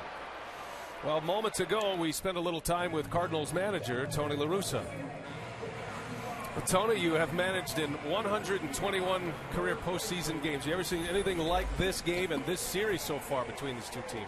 No, not really. It's so unusual because you don't get here without good starting pitchers, and just a freak thing. It's not really not fun to do this to starting pitcher on either side. I mean, they've gotten you here, both of our clubs, and to struggle like this is tough to watch, but that's the way the game's being played. Tony, many people might think this was part of your formula, but really you just had to react to each game and adjust accordingly. Yeah, nobody can figure anything out about this game, and what you figure, if you get here, your starting pitcher is going to get you to the last third, but you got to watch, and if all of a sudden stuff's not right, you make a change. But that was really tough for Edwin because he's been great for us, and they were on everything. And we appreciate Tony La Russa giving us a few moments between innings. It has to be a little unnerving. I'm sure, Tony, and I know he is. I know he's pleased that the Cardinals are up 3-2. He has a lead in this game. He is a win away from a World Series, but his starting pitching has not been good. And if the Cardinals do, in fact, go on and advance to the World Series, you could say the same for the Brewers. There is major concern going in to play the Texas Rangers in the World Series and how you're going to get through that series. If you're not on top of your game as a starting pitcher, you're going to have a hard time getting through that. The depth of that lineup for Texas. It's been a year that's been so unpredictable. The best pitching in baseball is sitting at home. That one's hit well down the left field line. Hairston in the corner. That is a fair ball. Hairston on his way to second and is in there with a double. Jerry Hairston, a base hit for the Brewers. He is 2 for 2. First hit against Fernando Salas. Well, this whole series long, Jerry Hairston Jr. has probably been the most impressive Brewer. Great at bats, ability to hit that slider down the line. Playing today a little hurt after jamming his shoulder. Mental toughness at the plate and on the field.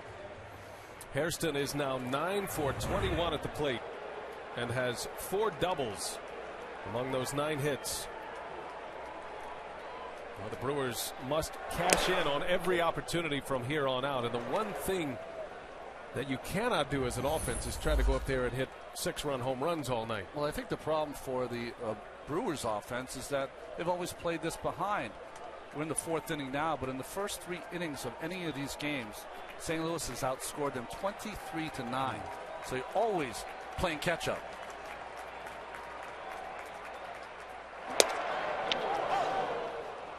But to your point, Brian, you could argue that the Brewers hitters have been more off balance and trying to go deep more often than the St. Louis Cardinals, who have gotten a lot more hits. Certainly they've hit some home runs, but you just need base runners anyway, anyhow. And if you keep trying to hit that 4-run homer, which doesn't exist, you got to get base hits and keep rallies alive, and hopefully somebody runs one in over the fence when there's a few guys on. Well, and the bigger problem, your pitchers have to put up zeros from now on in. They swing at a foul tip by Betancourt. You saw Cameron Lowe loosening for Milwaukee. The pitcher spot in the batting order is down in the hold right now. I don't think you'll see a pitcher hit anymore in this game for Ron Renicky. Not 5 runs down. Not exactly a two-strike approach from Uni Betancourt. He was swinging from the heels with Hairston at second base. That one's hit hard down the line, and it is a fair ball. It goes to the wall. Hairston will score, and Betancourt trades places with him at second base.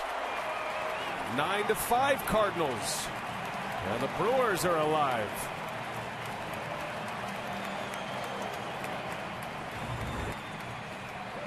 Well, just trying to come inside with that. Looked like it was a changeup from Salas over the middle of the plate. Betancourt has been a guy that when you get ahead of him, you want to really bounce some breaking balls, and he usually swings over the top of them, but Salas going after him over the middle of the plate. Back-to-back doubles from the 6th and 7th place hitters.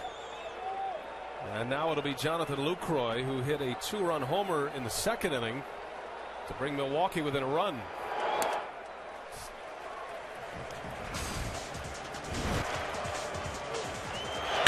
That's probably the best pitched home run of the night. It was down, he went down and got it, crushed it. You know, there's been a lot of home runs when you can start analyzing the pitches that the home runs were hit off of. 6 of them in this game already.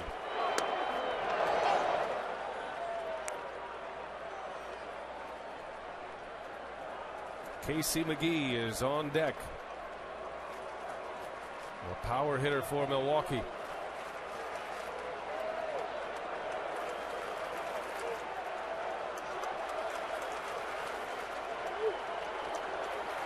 Just one out. Betancourt at second base. And another spinner in there for a strike. Ball and 2 strikes on the Brewer catcher. Tony La Russa said it best. This is not fun. This is not fun for a manager or a pitching coach. A lot of decisions yet to be made on the way to the finish line to this one. 10 players have RBIs already tonight. 10 different players are on the board with ribbies.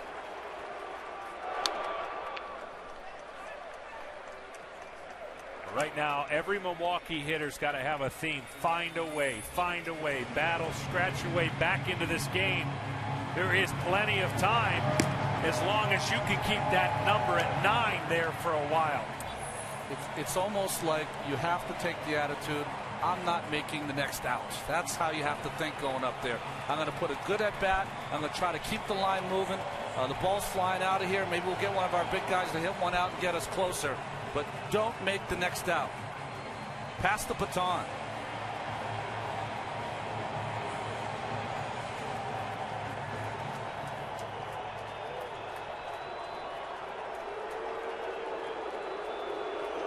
Crowd chanting for Lucroy. And Molina wants to start over with the signals.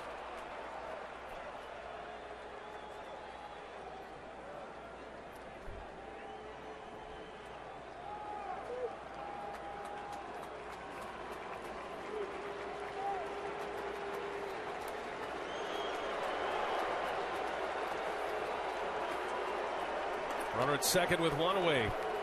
And a 1-2. Lucroy, a little half swing, and he goes, says Gary Darling. Unable to check that swing. And there is out number 2. Lucroy was trying to hold that bat back, but he lost his balance. And sometimes when you see a hitter lose his balance and come across the plate, that makes it an easier call for the first base umpire. Tigers fans wanting that call all over again from last night against Nelson Cruz. And Lucroy is out. That's a big strikeout for Salas. Second out of the inning. That is his second strikeout. And it's going to be Casey McGee off the Brewer bench. A pinch hit. And Troy Hawkins is out. Back to the bullpen goes Milwaukee next inning.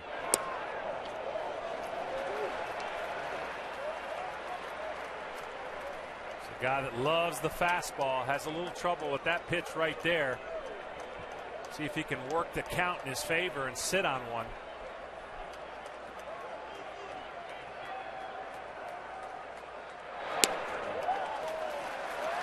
McGee had a 3-home run game against the Cardinals during the regular season. All 3 of those home runs came against Edwin Jackson. A down season for Casey McGee after leading the Brewers in RBIs last year. His playing time has been cut short because of the success of Jerry Hairston. 3 in a row from Salas, and it's 2-1. That's usually the kind of pitching you see in the postseason. Those 2-0 sliders for strikes.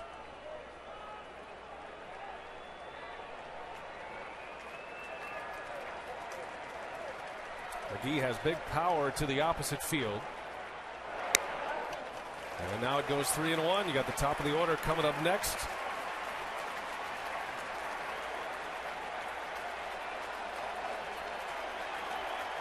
Well, this should be the best pitch he's going to see.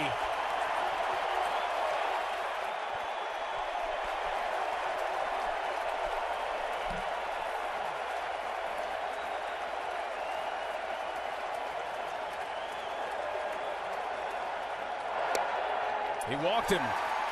Casey McGee draws the walk off the bench. 2 on for Milwaukee with 2 away. Back to the top. Here comes Corey Hart. If Salas cannot get through this 4th inning, he's probably a hitter away from coming out, maybe 2 hitters. As you see Dave Duncan, again, it changes things for the rest of the way for St. Louis and their bullpen. They're already deep into their late inning relievers, and we're only in the 4th. Well, usually you want your pitchers to give you a good inning out of the bullpen. Tonight it might be just a good out or a good batter or 2.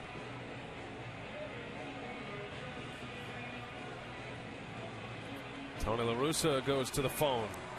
Zepchinski is the left-hander warming up. You've got a left-handed hitter coming up next in Nigel Morgan. Well, this is where it really works in your favor for the Milwaukee Brewers to have a power hitter who's sitting in your leadoff spot. Now comes up in a big RBI situation. Another big chance for Milwaukee to get back in this game. This Cardinal bullpen has logged a lot of innings in this series. Here's Corey Hart, 2 away, 2 on. Hart has the only 2-out RBI for Milwaukee in the series, while the Cardinals have driven in 15 runs with 2 outs. The lone run for Milwaukee was a Corey Hart single in St. Louis.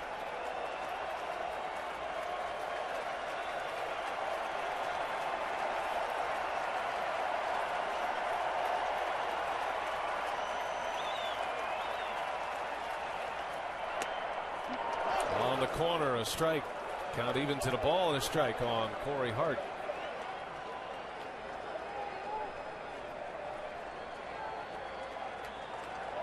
And now the pitch that can change an at bat. Does he go 2-1 or get ahead of him 1-2? 2-1 it is.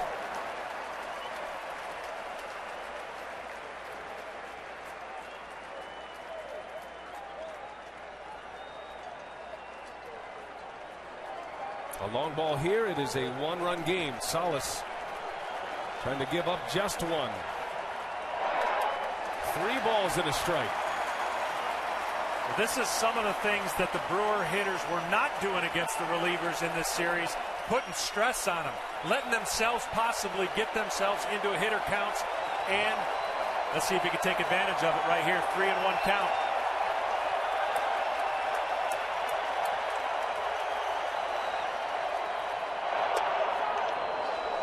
Just hits the corner for a strike. 3-1 changeup. He's thrown a 2-0 slider or a 3-run changeup. Can he finish him off? This is really where the hometown crowd, your record here, you know, if you were playing and you didn't have this, it'd be real hard to come back. But these fans are into it, and they're imploring their team to come back. It has been a season of comebacks for Milwaukee as well. The Cardinals had a great comeback to get into the postseason. Brewers off to a rough start, but they're here, the best record in the division. Runners go, and a swing and a foul back. Hart had a good cut. Count remains full, 3-2. That was a great pitch. There's some doubt, I'm sure, in Hart's mind. He went 3-1 changeup. He tried to get him to bite on some sliders. Tried to paint that one fastball that was maybe questioned by Hart on the outside part of the plate where there is some leniency. Great pitch. Great job by Hart to foul off a pitcher's pitch. Not much inside in this inning by Salas. Hart, an opposite field hitter. That's where most of his power lies. Runners take off, and Hart fouls it back. Look at the cluster of pitches all on the outer half and away from Corey Hart. Well, they got away with a hanging changeup right there. That indecision maybe.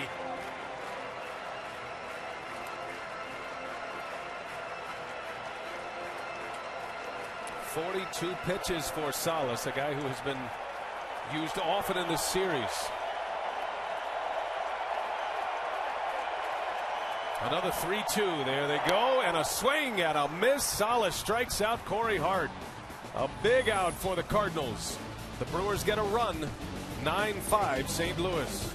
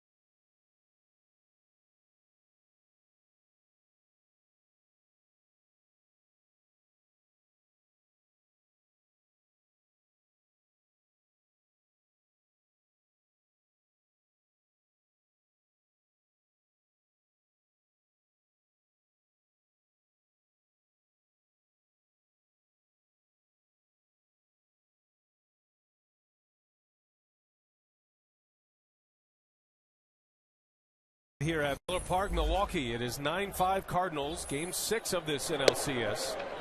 And another pitcher is on the mound for the Brewers. Facing Matt Holliday, it is Cameron Lowe. The fourth pitcher already for Milwaukee as we play in the 5th inning. Markham, Narveson, Hawkins, and now Lowe. And a base hit to right. Another leadoff hitter aboard for St. Louis. Now, moments ago, we spent a little time with Brewers manager Ron Renicky. Oh, Ron, Tony La Russa mentioned this is no fun for a manager. And in your first postseason, what is the way back in your mind for the Milwaukee Brewers tonight? Well, it's certainly not the way we expected it to go. It's just tough on the starting pitching and who to bring in.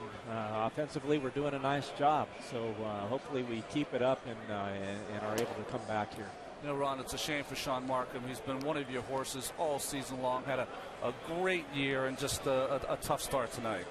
It sure was. I expected good things from him. So did he. Prepared well for it. And boy, that's just the way that things are going in the first inning for us. It's been tough. And our thanks to Ron Renicky joining us between innings, the Brewer manager, trying to navigate somehow, some way through this game. Cameron Lowe making his 5th appearance.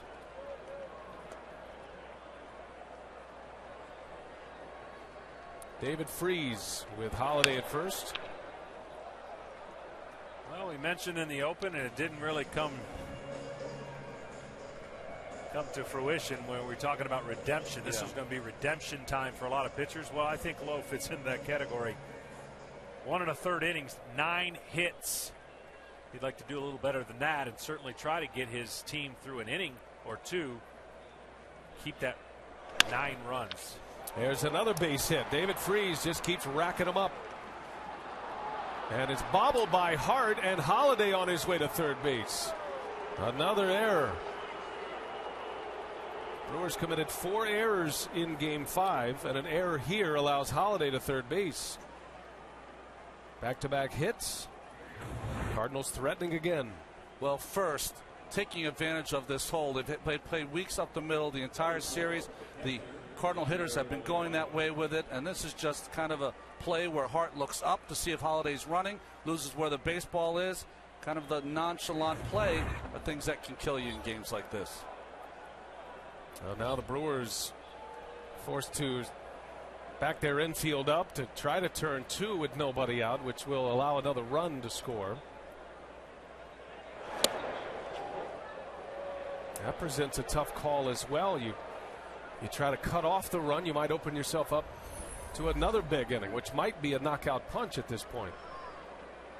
7 errors in the series for the Brewers. The record is 8. Last time it was done, the '99 Mets against John Smoltz's Braves. Sometimes you're forced into defensive positioning because of the pitcher you have on the mound. His strength is getting ground balls, it's getting double plays. That's the best way that you're going to have to try to get through this inning without giving up tons of runs.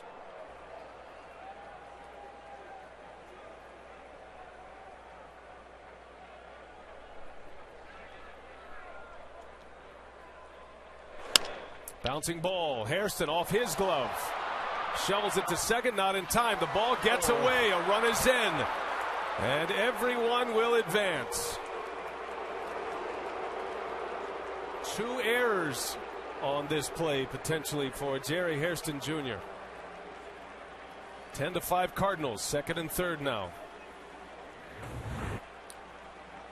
Well, after coming off one of their toughest defensive games, 4 errors in the last game, this ball just not looked into the glove by Hairston. Should have been a double play ball, then not secured by Weeks on a fancy kind of play that was never going to get the runner anyways. Freese advances. Molina, the catcher with great hustle, advances to second.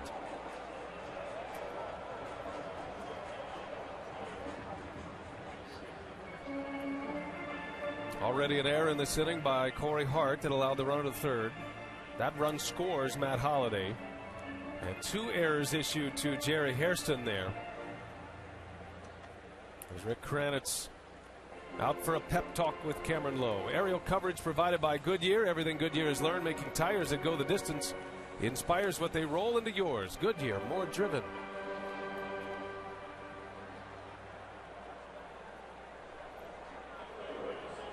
So Molina will be given credit for an RBI.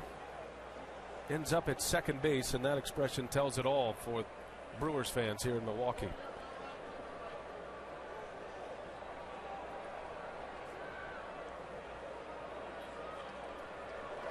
Infield is in now as Punto slaps it foul.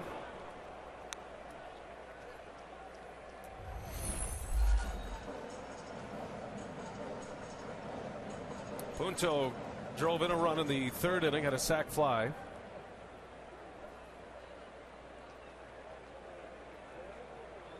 Ron Renicky, a stickler for fundamentals, a guy who spent 11 years with the Angels under Mike Scioscia as his third base coach, and then ultimately his bench coach.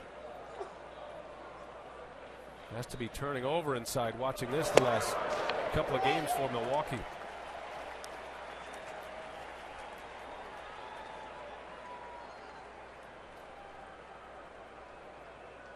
You know, it's hard to talk about things that you can get better at when you're a team that won 96 ball games, but defensively they're going to have to get a lot better, especially up the middle for the Milwaukee Brewers. Well, the Brewers finished at the bottom of the pack, near the bottom of the pack, 13th in the league in overall defense.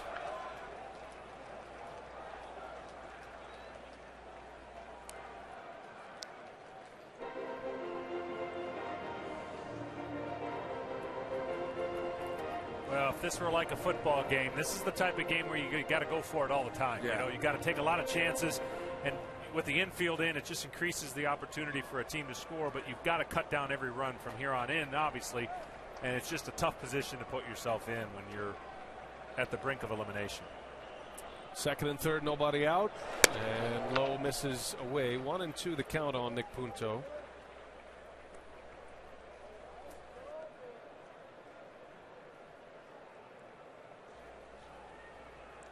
Three errors in this inning, and Brewers have set an NLCS record for most errors. All of the Cardinals with visions of a World Series on that top step. We're only in the fifth. Again, the Cardinals, when their bats down in their lineup, are not trying to do too much. Punto's trying to hit a ground ball, maybe find a hole, fouling off some real tough pitches from Lowe.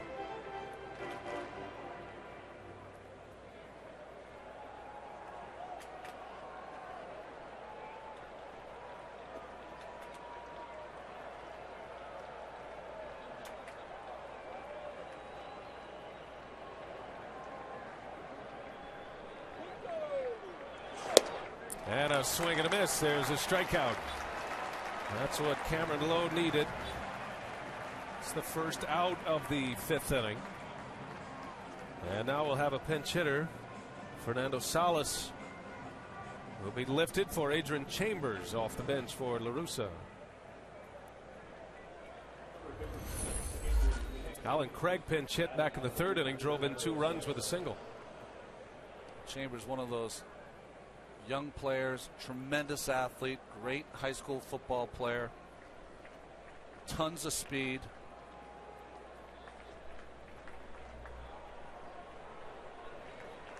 Seen a lot of Chambers late in games, defensive replacement, getting his pinch hit appearances.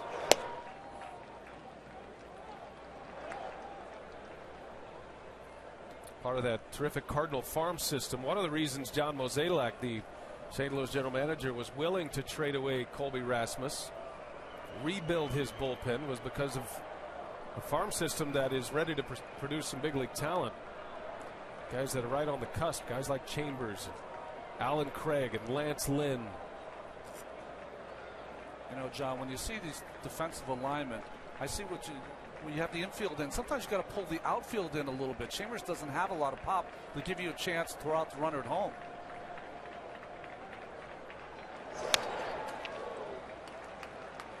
Plus, I'd like to see maybe Prince a little bit farther in with the speed. I mean, this is a play right here where you can drag one down the first base line, safety squeeze type, add another run. Prince is a little bit too far back as far as the infield being in.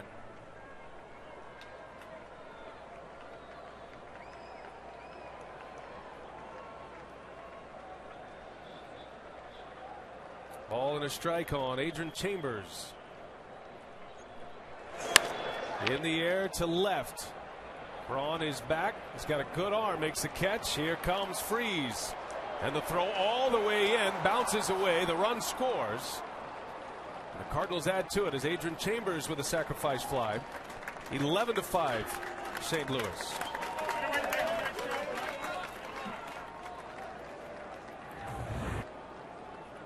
Well, perfect form here by Braun, catching this ball. Crow hop, and the ball all the way in, but short hops Lucroy, loses his glove on the slide by Freeze. See Jose Oquendo, third base coach, telling the runner on second, stay there, do not come to third base. The reason he did that, he didn't want him to get tagged out before Freeze scored the run. 2 outs, Molina at second base. And back to the top of the order and for Cole.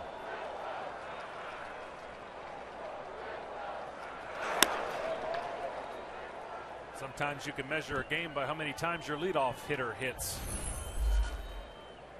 This is number 4. In the 5th inning. The only inning he did not hit was the 4th.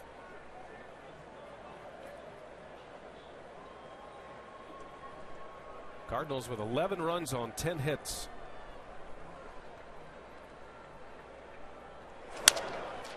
Slow bouncer. Weeks has to hurry. Makes the play. Inning over, but 2 more runs for the Cardinals. They are inching their way towards a World Series berth. Can they hold off the Brewers the rest of the way? It's 11-5.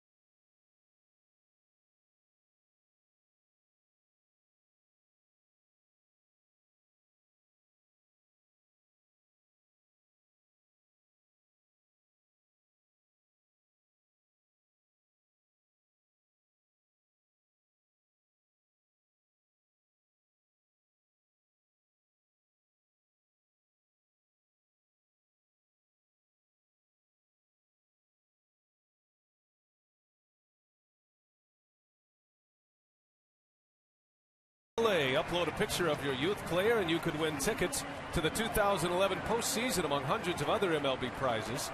Be a part of the Chevy Centennial Celebration and enter for a chance to win at ChevyBaseball.com. Miller Park, Milwaukee, and the Cardinals are making it their house tonight so far. 11 runs on 10 hits for St. Louis. They lead 11-5. And back to the bullpen goes La Russa. Left-hander Mark Zepchinski will come on to work the bottom of the 5th inning. And Renicky will counter with Carlos Gomez at the plate. Nigel Morgan is out. His defense talking about the bunch by Gomez to the right side. He does it a lot. We'll try to push it to the second baseman, Punto. It'll be Gomez pinch hitting for Morgan, then Braun, and then Fielder. Cardinals have scored in every inning with the exception of the 4th. Gomez back up the middle. That's a base hit. And a man on for Ryan Braun as Carlos Gomez leads off the 5th inning with a hit. Zabczynski's done his best work when he's come in to face Prince Fielder. A couple ABs, couple punch outs for Zabczynski.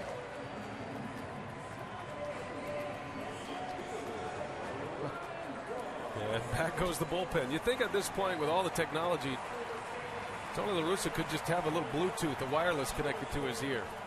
He's been on that phone a lot in this series. Figures Zabczynski will see at least Fielder, who is on deck.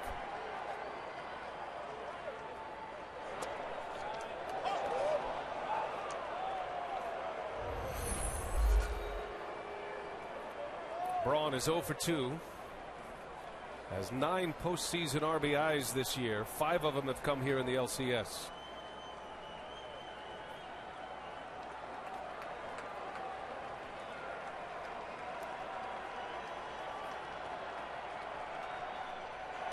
That skips away.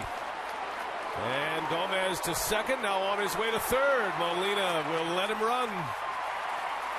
The speedy Carlos Gomez takes 2 bases on that wild pitch.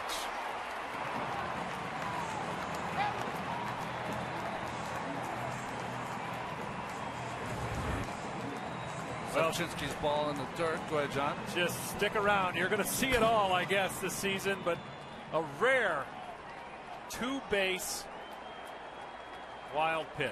2 errors on 1 play. Now 2 bases taken on a wild pitch. And now the Brewers a chance to score a run as Braun chases one. Very unusual for a hitter like Ryan Braun to chase like that. Very similar to Albert Pujols in his strike zone discipline.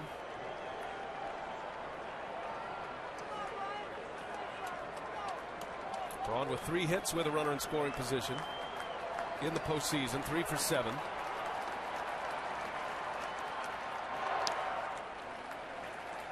Well, the one thing Zabczynski has not had to do is throw many strikes. Facing Prince Fielder, maybe thrown him 1 or 2 strikes and 2 at bats. He's gotten Fielder to swing at a lot of pitches off the zone. The Cardinals have made a living, really, of taking advantage of some of the Brewers hitters who have not been as disciplined as normal.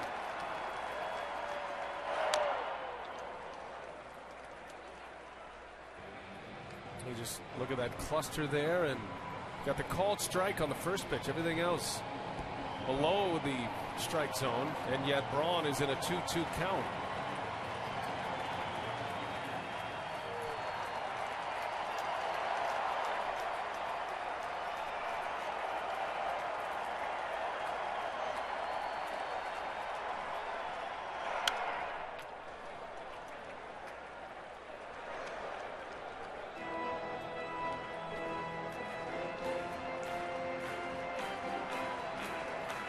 Gomez started it with a single. Takes 2 bags on a wild pitch. Cardinals are looking for an out. They'll concede the run with a 6-run lead at this point. Brewers are right in the middle of their power supply. Braun dribbles one over to Pujols, and Braun lays out. The tag is on him for the out. Gomez scores the run. Albert Pujols is down.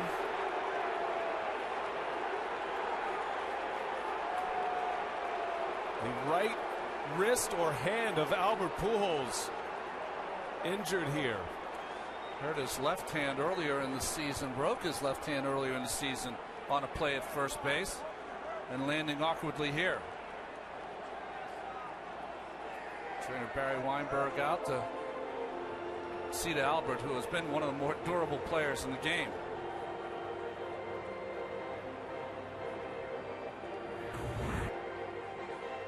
Here's the dive by Pujols to try to get the arm of Ryan Braun, and I can see why Ryan Braun had he was safe at first base. That tag was not applied until he got to the base. Just underneath. Big dive at first base, big pile. You got 3 players there. Boy, that was a close play.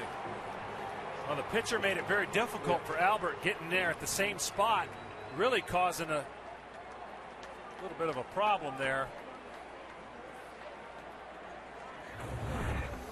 Now Pujols stays and Fielder will bat.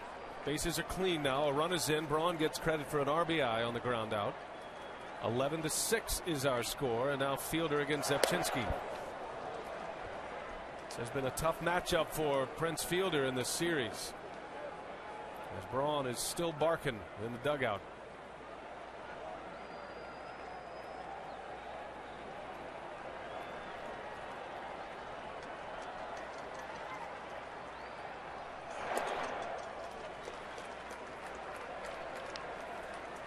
Zepchinski's made some great pitches, and not taken away from what he's done. But because of the aggressiveness of Fielder, he's never been forced to really come to Fielder. He's been allowed to throw those sliders away, make them look like strikes over the middle of the plate, but sweep them off the plate. And a bouncing ball to second base. Pinto out number 2.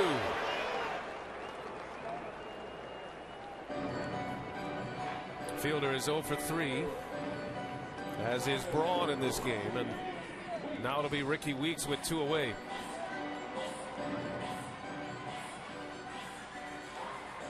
Zepchinski has typically been a one-batter pitcher for La Russa. He's been the guy to get Prince Fielder. But in a game like this, when your bullpen was involved in the 3rd inning, he's asking 3 outs from Zepchinski, maybe more.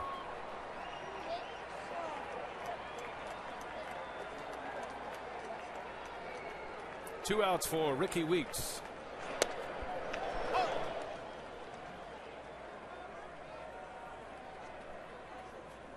The busiest person down there is Derek Lilliquist, the bullpen coach, who's had to field all the calls in this postseason. Filled in for Dave Duncan last few weeks of the season as the Cardinal pitching coach.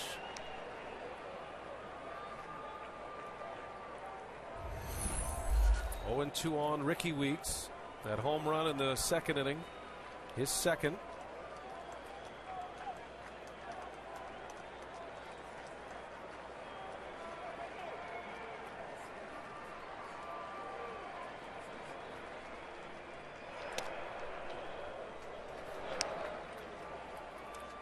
Pujols still trying to shake it off. A little strawberry there on the right forearm. Pujols looked like he was holding off his pitcher more than anything else as he made that dive on Braun. As Weeks strikes out, inning is over. Milwaukee gets a run, 11-6. And for the time being, Pujols is all right.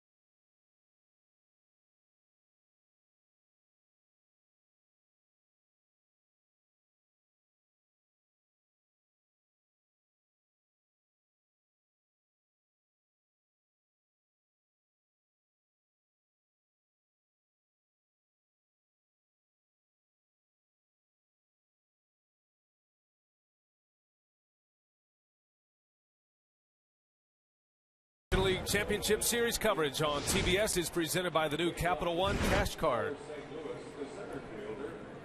Inside Miller Park, and it is 11-6. The Cardinals lead the Brewers in Game 6 of this NLCS.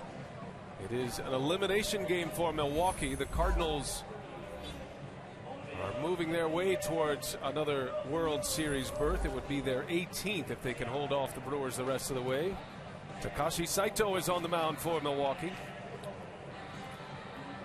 Well, the good thing about it is that the Brewers, despite being 5 runs down, are now into the best pitchers in their bullpen. The Saitos, the K-Rods, the Axfords, who can go multiple innings if you have to.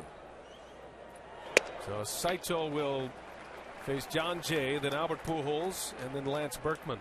I think everybody is anxious to see the Pujols at bat. As you see Carlos Gomez in center field. See how Pujols responds after that collision with Braun at first base.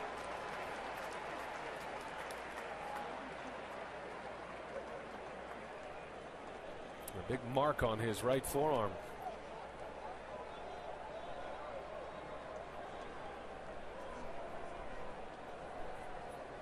Takashi Saito, former closer for the Dodgers, part of this rebuilt Milwaukee bullpen. When they've had the chance to pitch with a lead, they have been very good. In the 2 Brewers wins, Game 1 and Game 4, it has been that bullpen that has finished the Cardinals off. But typically in this series, whoever has had the lead after 5 innings has won the game, and tonight that is the Cardinals. Ron, you made that point in the open tonight. St. Louis certainly, with their bullpen, has to feel great about their spot, despite all of the offense in this game.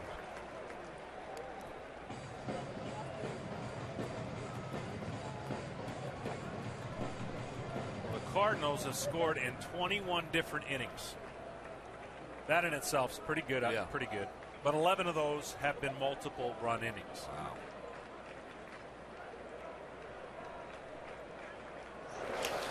Scored in every inning but 1 tonight. And 3 of the 5 on the board have been multiple run innings for St. Louis, including 2 4 spots on the board.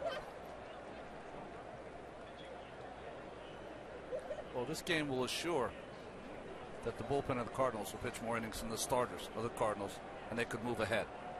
Maybe the first team in the history of the postseason as Betancourt goes up the ladder. John Jay robbed of a base hit.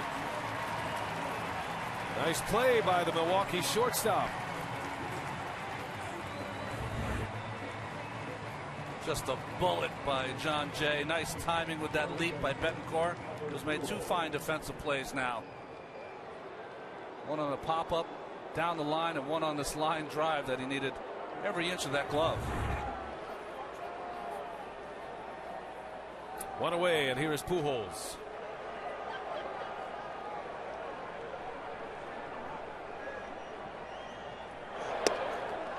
You guys know the Pujols swing as well as anyone.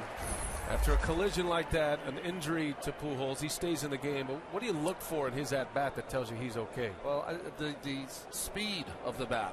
Bat speed is the key. He's still sitting on the same stool, so every part of that is okay. That great balance of Pujols. He homered in the 3rd, a solo home run. 1 for 2 with a walk here tonight. Pujols has hit 2 homers in the series. Popped him up. Fielder gives it a look, got a chance, and just out of his reach.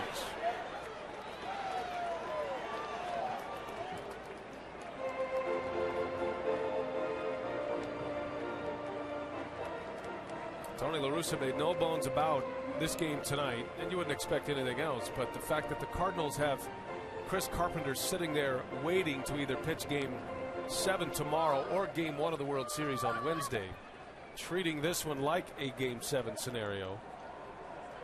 Tony said winning tonight and advancing, much different than having to win tomorrow and advance. I don't see many teams do it anymore, but if they do advance, you have Carpenter who could, if you wanted to, pitch him on 3 days rest, have 3 starts. At least he's going to get 2.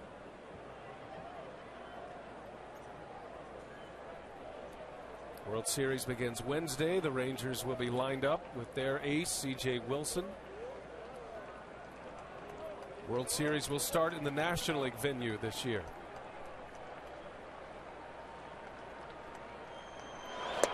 Oh, a big spinner from Saito as he strikes out Albert Pujols.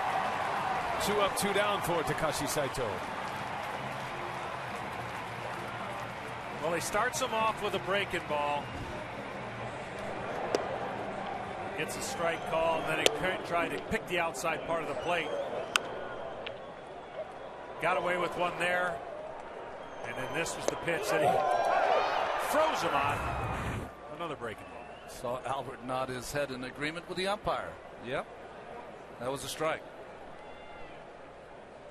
And 2 gone for Saito. Here's Lance Bergman now.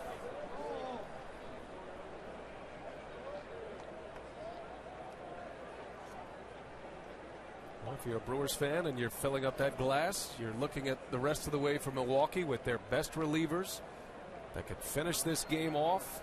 Gives them a great chance to keep the Cardinals at 11. Down 5 runs. Do they have a comeback in them?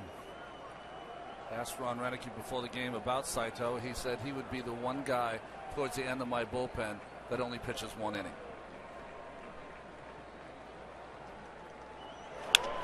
Bergman in the air. Gomez coming in. He and Braun converge, and it'll be Braun to make the catch. And there is a 3 up, 3 down inning. The first of the night for Milwaukee.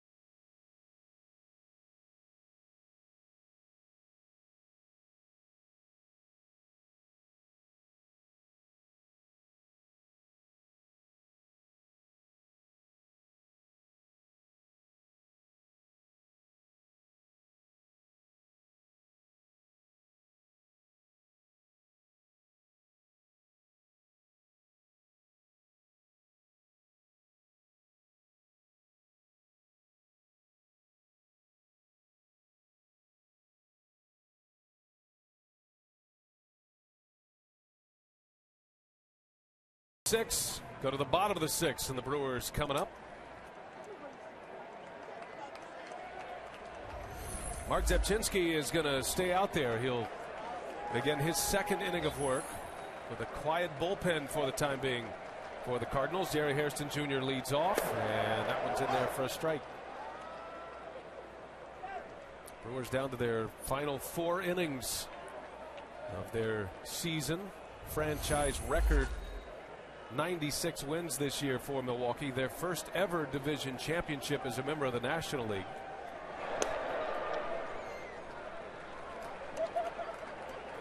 Two teams out of the Central Division. The last two left in the National League, the Cardinals and the Brewers. Cardinals have dominated this division in the Tony La Russa years.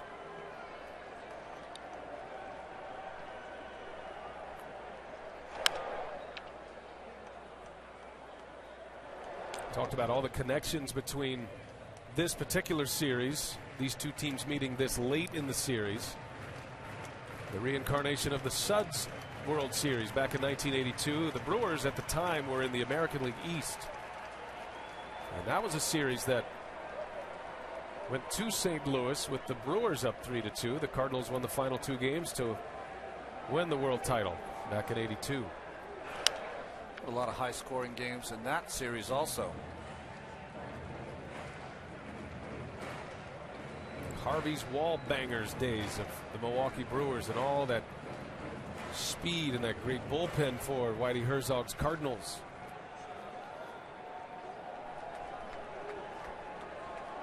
Molitor, Yount, Gantner, Cooper, Ogilvy, Gorman Thomas.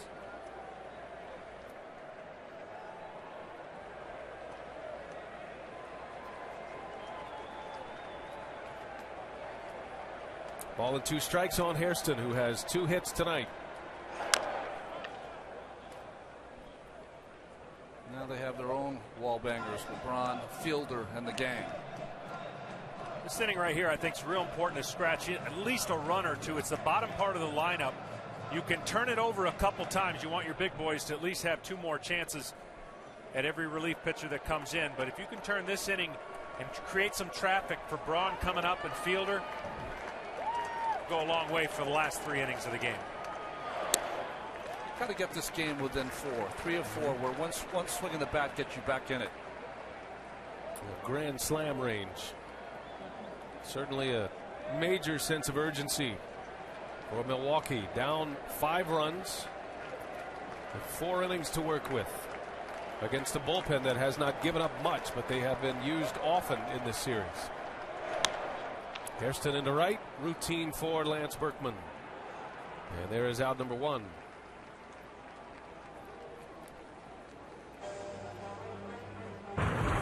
Now pound for pound king Manny Pac-Man Pacquiao puts his welterweight title on the line against 3-division world champion Juan Manuel Marquez. It's the 3rd and biggest fight of their fierce rivalry. Saturday, November 12th, live on pay-per-view. A lot of alliteration there, John. That's why you're reading it. Pound for pound Pac-Man Pacquiao.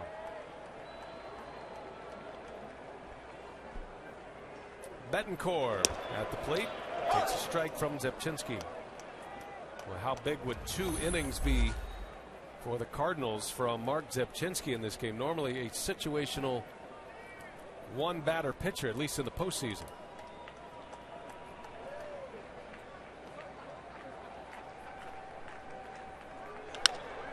Big bouncer. Freeze has it. Spins and fires for out number 2. Nice play over at third base. Now the St. Louis Cardinals rebuilding their roster. Going out into the trade market. John Mozeliak, the general manager, sensing an opportunity. The Cardinals were right in the pennant race when these trades were made. Edwin Jackson, Octavio Dotel, Mark Zepchinski, all coming from the Blue Jays. Rafael Furcal a few days later from the Dodgers. And then the Rangers had released Arthur Rhodes. La Russa wanted that second lefty. Zepchinski had been a guy who was pitching multiple batters, an inning plus at a time. But once Arthur Rhodes was in the mix, now you had the 2 lefties. You had the early lefty, and then Zepchinski able to move into that situational left-handers. You see John Mozeliak. You might see all 5 of those players in the game. We've seen 3 out of 5 already. Lucroy off the end of the bat for call. makes the play in a 3-up, 3-down inning, and Mark Zabczynski, 2 innings out of the Cardinal bullpen, gives up just 1 run.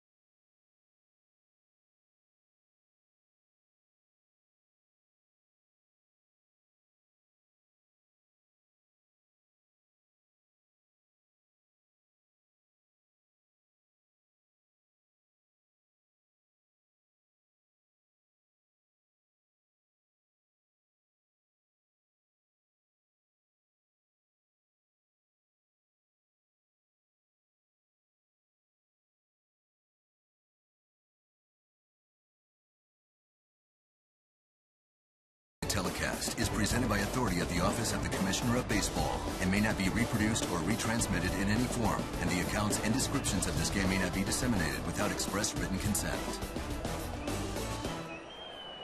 The St. Louis Cardinals lead 11-6, a chance to go to the World Series with a win tonight. Brewers manager Ron Renicky told us before the game Takashi Saito would never go more than 1 inning, and yet here he is for his 2nd inning of work. Yeah, and I repeated those things, but that's what happens. Desperate times call for desperate decisions. When you have your starter only goes 1 inning, you got to ask more of your pitchers. Brewers just trying to keep the Cardinals at 11 and hope for a major comeback here tonight. And the way the game has gone offensively, it's not out of the reach, especially in this ballpark. But the lead is still 5. That is a big mountain to climb for Milwaukee. Cardinals have only been held down twice in innings in this game. As Holliday takes a strike. Matt Holliday has reached base 3 times tonight. 2 hits, and he reached on a fielder's choice, and he has scored 3 runs.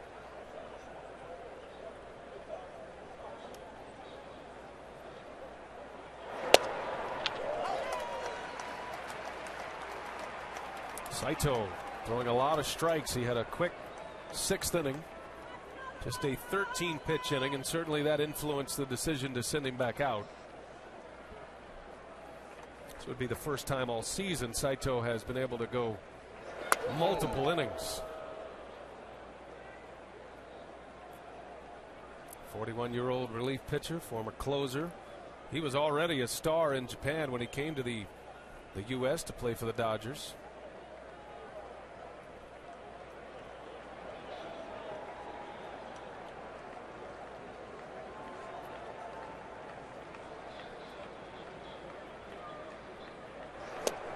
And a swing and a miss. Holliday strikes out Saito has retired 4 in a row with a couple of Ks.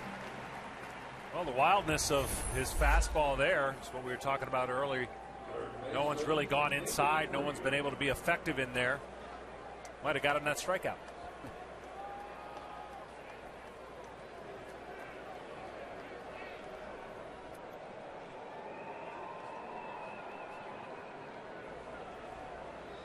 Lucroy putting the numbers down.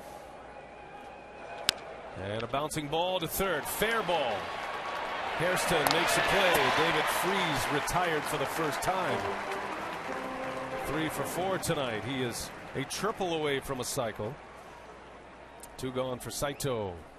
Our aerial coverage tonight provided by Goodyear. Everything Goodyear has learned making tires that go the distance inspires what they roll into yours. Goodyear, more driven. Roof is closed on a cool night in Milwaukee, Wisconsin. Winter comes on fast here in Wisconsin.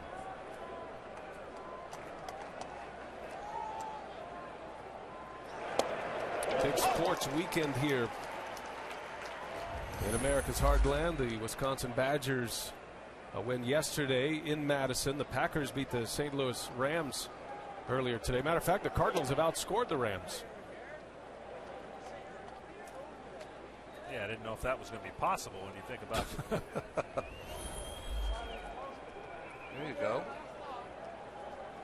Packers 24-3 over the Rams.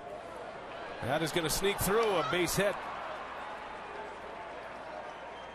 So Yadier Molina with his first hit of the night.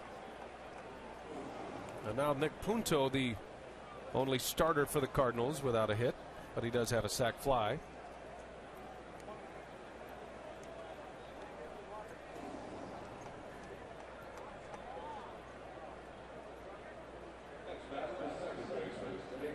It's been a sports renaissance here in Wisconsin the last season and a half, starting with the Wisconsin Badgers in the Rose Bowl, and then at Sweet 16 appearances by Wisconsin and Marquette. Of course, the Super Bowl title with the Green Bay Packers. And the Brewers winning their first division title as a member of the National League, just their second division title. Well, they don't come back here. I think Ron Renick's got to be pretty proud of his club this year. You've got to be incredibly grateful for the franchise. 3 million people came to this ballpark this year. That'll be the only unknown whether Prince is going to make his way back.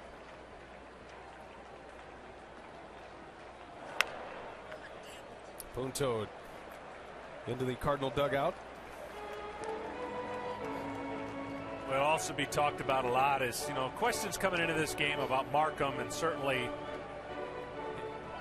his performance makes it tougher to decide what was the best play for the Brewers, but Narveson didn't fare much better, as I think he was credited with 5 runs. Narveson was the other option to start this game, the 5th starter for the Brewers all season. Markham in an inning gave up 4 runs. Narveson an inning and 2/3, 5 runs. And a strike call. Takashi Saito, impressive in his 2 innings. 2 scoreless on the board. Stretch time in Milwaukee, 11-6 Cardinals.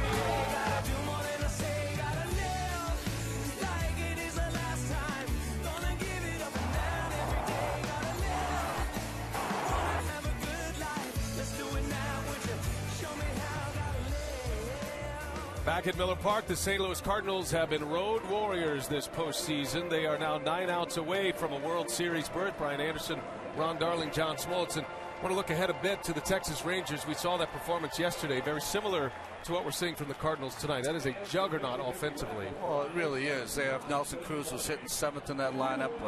Michael Young had a big series after a big year this year. He's their DH. They just as much depth as any lineup you'll see in the game. And not just offense, John Smoltz. They have plenty of pitching as well as we take a look at our Bank of America game break. But Nelson Cruz, a breakout postseason this year, and he's doing it again for the 2nd straight postseason. Oh, he really is. And gosh, in the 7th hole, you wouldn't think that kind of production could be. That just shows you how loaded they are. And the expectations, again, I think, for either team that gets to move on and play Texas, starting pitchers beware. It might just be a bullpen series as well. Nelson Cruz, 8 hits in the ALCS, 6 of them home runs. The other 2 are doubles, the MVP. And you can catch the World Series on Fox. The American League champion Texas Rangers against the Cardinals or the Brewers, Wednesday, 7:30 Eastern on Fox. Had John brought his accordion, he could have played Happy Birthday to Tim McCarver today, but it has been shelved. So happy birthday to Tim McCarver. Yeah. You know what's going to be interesting going into that series, guys, is that the Texas Rangers have 3 left-handed starters in Wilson, Harrison, and Holland. And that's certainly going to turn around Lance Berkman to his weaker side, the right side. Here's Craig Counsell, the Wisconsin native. And getting a nice hand as he is introduced. How about Mark Zebchenski back out there for a 3rd inning? Thought 2 innings were a good measure for Zebchenski, but he's pitching so well. And a quick 1, 2, 3, 6th inning. He's got a chance to go 3.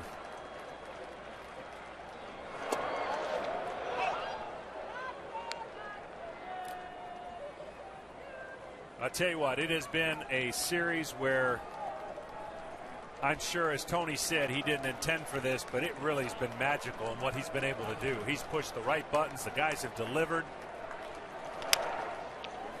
Zebchenski runs it down and will flip it to Albert for out number 1 as Counsell grounds out. And a standing ovation for Craig Counsell, perhaps his final at bat in a Brewers uniform, his hometown team. As La Russa is on his way to the mound. So Zebchenski, 2 and the 3rd big innings tonight in Game 6. We'll take a break.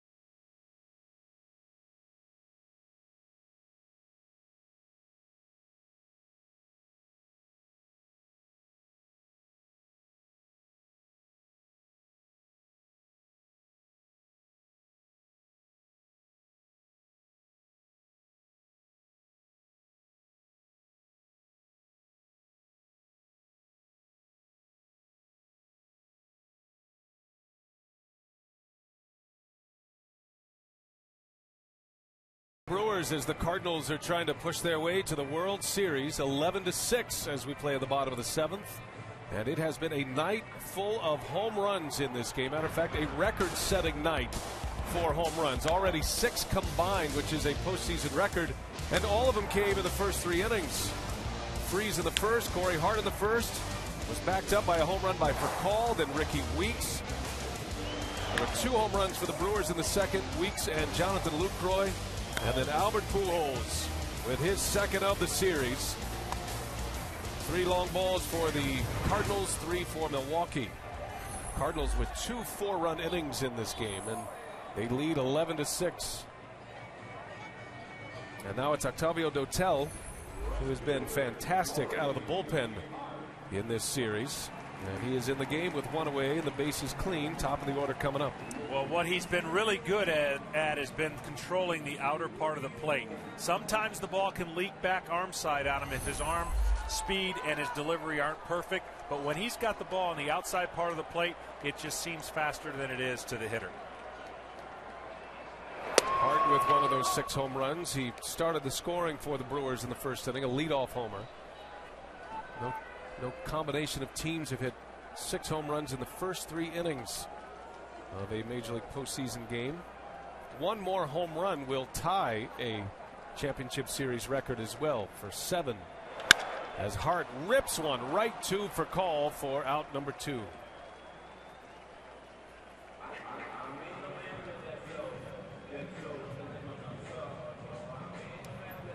Zach Greinke was on the mound twice in this best of 7. Took the loss in game 5. He was the winner in the opener.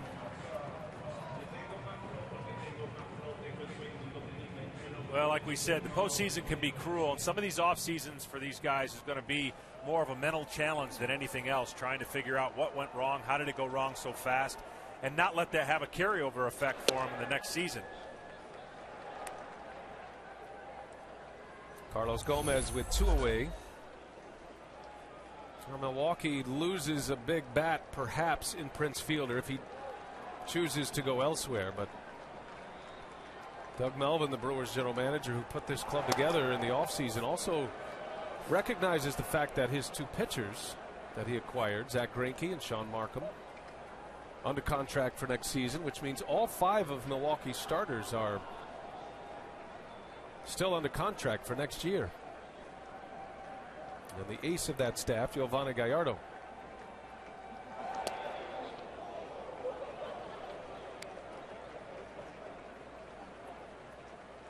It is a heavy hitting offense for Milwaukee, and they're going to need every ounce of it here tonight if they are going to pull off this comeback.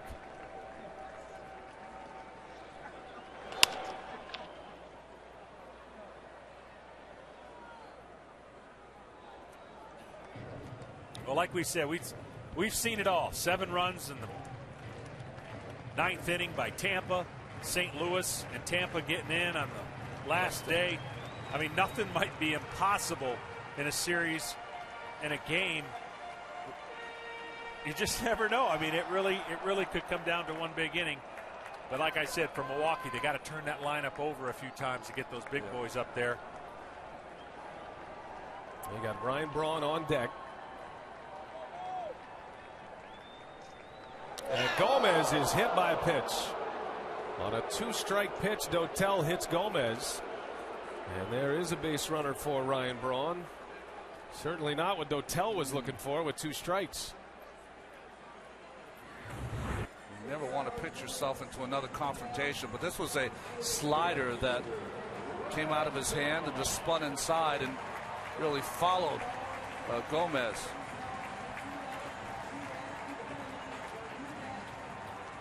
Yeah, it looked like it got him on the hand. And La Russa saying anything but that. Anything with Braun coming up. Although the Dotel-Braun matchup has swayed in the favor of the Cardinals in this series. He has missed with a couple of sliders that Braun has swung through. Not that one, though. He just doesn't see that breaking ball from Dotel. 8 strikeouts and 10 career at-bats against Octavio Dotel. Well, I think the other thing is you got to be committed to go that way to right center, and it looks like he's just trying to pull a lot of pitches. Braun can cover every part of the park. His power is not limited to one section. 0-2 the count. Braun and Fielder combined 0 for 6 tonight. Braun does have an RBI. They did a lot of damage in the first 2 games of this series, especially game 1. Not much tonight and not much in St. Louis. 0-2 on Braun. And he got him. Braun strikes out. Dotel's dominance of Ryan Braun continues. A runner left. We're headed to the 8th. 11-6 Cardinals.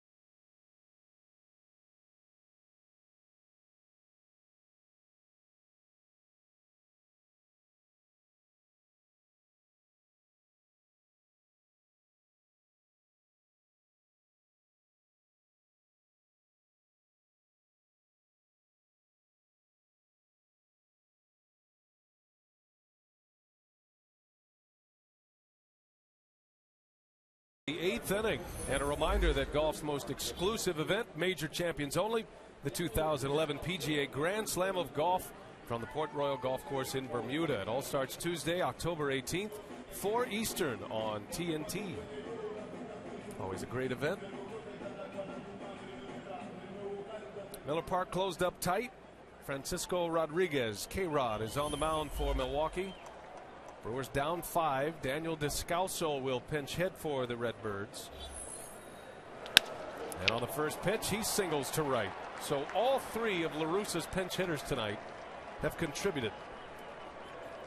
And Craig with a 2 RBI single, Chambers an RBI sac fly, and now a base hit by Descalso. How about we take you back, 1982.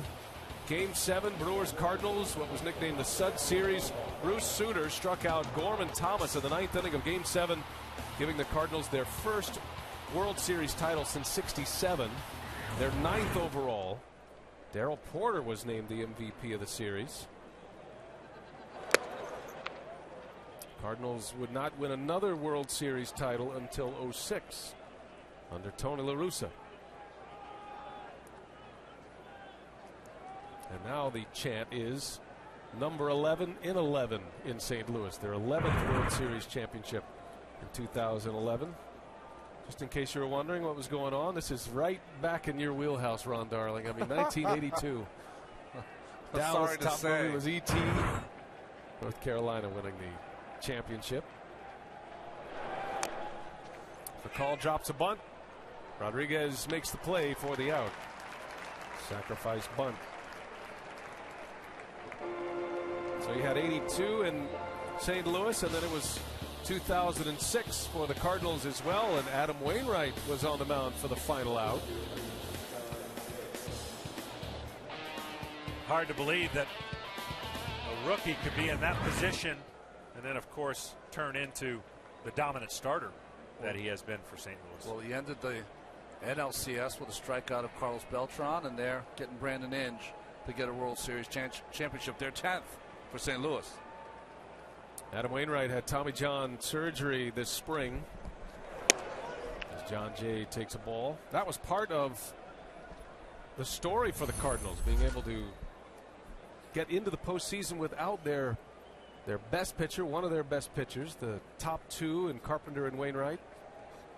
Wainwright's coming along well. He's been throwing side sessions, bullpen sessions, and should be ready to go spring training of 2012.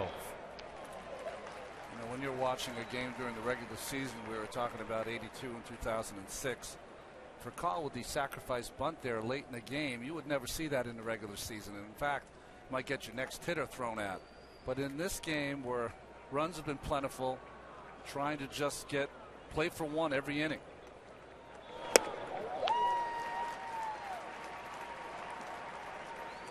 They figure to see Rodriguez here in the 8th and then John Axford in the 9th.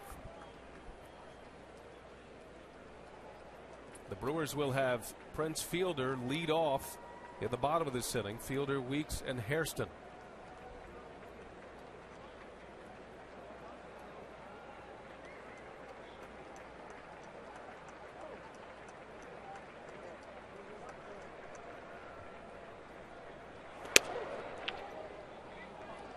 There'll be a big reaction here from the crowd and what could be Prince's last at bat.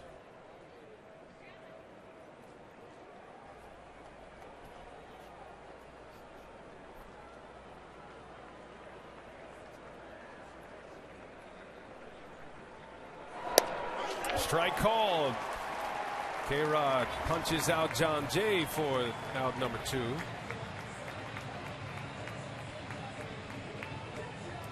Francisco Rodriguez pitching in a setup role for Milwaukee since the trade at the All-Star break. And you figure he is going to be a hot commodity this offseason, as a lot of teams are looking for closers. Interesting. Rick Kranitz, the pitching coach, going to go out to speak to the veteran K-Rod, see what he wants to do in this situation. You got a base open. It's crucial that you don't allow any more runs to score, of course. And asking the veteran, do you want to go after Pujols or walk him and try to get Berkman? No easy feat either way.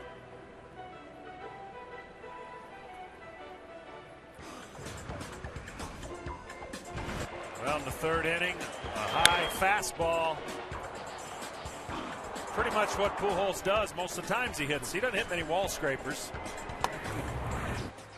Albert with his 2nd home run of this LCS. 66 career postseason games.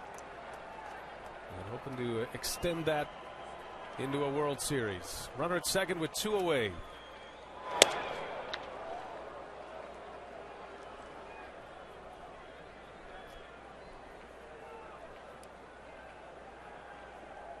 You figure Pujols is going to set the market for the free agents. And then Fielder would be the number 2 acquisition in the offseason behind Albert Pujols. But the top 2 heading for free agency. Albert Pujols, who's 31 years of age. Fielder is 27.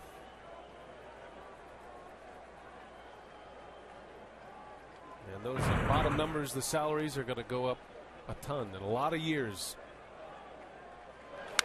Pujols into left field. That is down, a hit, and another run will score. The Cardinals post 12 runs in Game 6, and it's Albert Pujols with a 2 RBI game, his 2nd hit.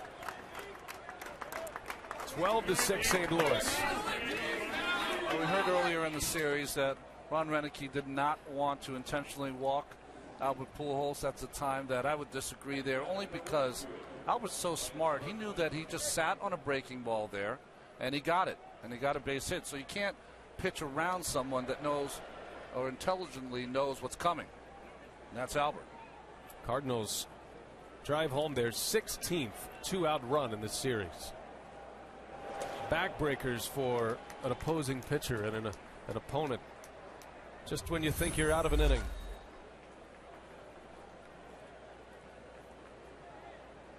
Ron Renicky was saying earlier today that this Cardinal offense is the best offense in the National League in his opinion. And they are showing why.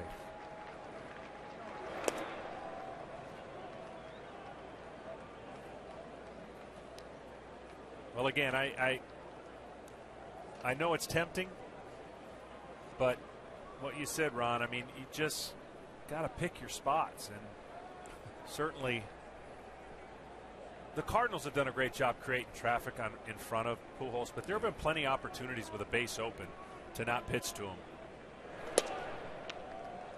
And it's like pick your poison. I know. I mean, the guys behind him are awfully good too. But when a guy's on a streak and is locked in, sometimes you got to pass it on and say, okay, I'm going to make the other guy beat you. I think the biggest thing going for this lineup moving on, if the Cardinals hold this lead, is Holiday has got 7 hits in his last 3 games. So they've got him right. Yeah, now with the emergence of David Freese, who is a strong candidate for the MVP of this series, if the Cardinals go on to win it.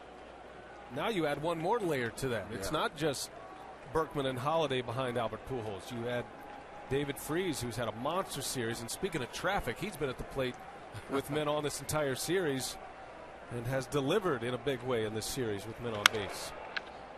High pop-up, a roof scraper. Corey Hart is under it, and the side is retired. Pujols with one more stake in this one. 12-6 Cardinals. Prince Fielder leads off, and we come back.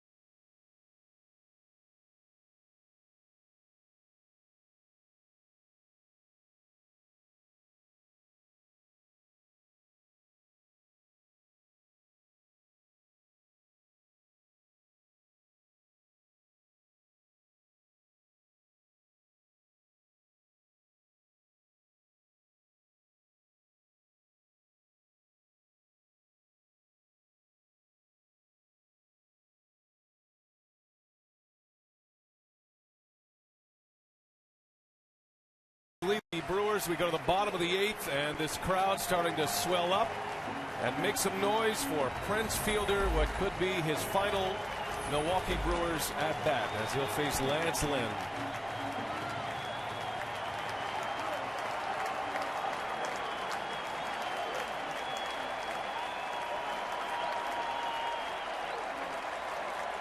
And that is the cry from all of Wisconsin. Well, Prince Fielder, time is called. First base umpire Gary Darling out on the field, not sure where the disturbance was. I think Albert was trying to give him a little longer applause there. Well, time to try and let it soak in a little more. A little respect. Yeah, that's a good point. And Fielder a little nod of the cap to Albert Pujols.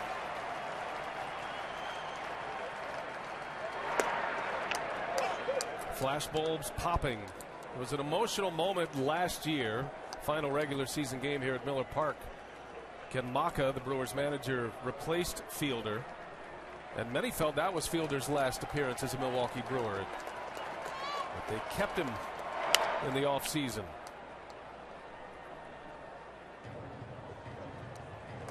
Numbers for Fielder. He is second all-time on the Brewers home run list behind Robin Yount. 230 career home runs. Had a 50 home run season for Milwaukee. First with 5 consecutive 30 home run seasons in Brewer franchise history.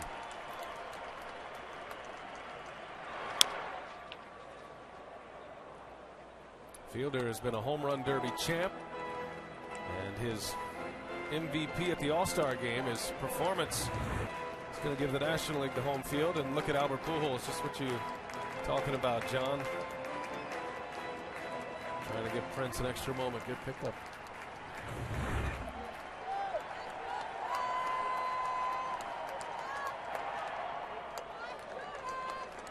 You were talking about just a crazy year. Phillies sweep the Braves. That gets the Cardinals into the playoffs. Cardinals take down the Phillies. Brewers do not play well at all down the stretch, losing 6 out of 7 against the Cardinals, and now they had to face them here, and it looks like they're going to go down to the Cardinals. And the Cardinals are going to have home field advantage because Prince Fielder was the MVP of the All-Star game. Bouncing ball to second, and Pinto makes a play, and they will let him know on his way to the dugout. Mark Atanasio, the Brewers owner.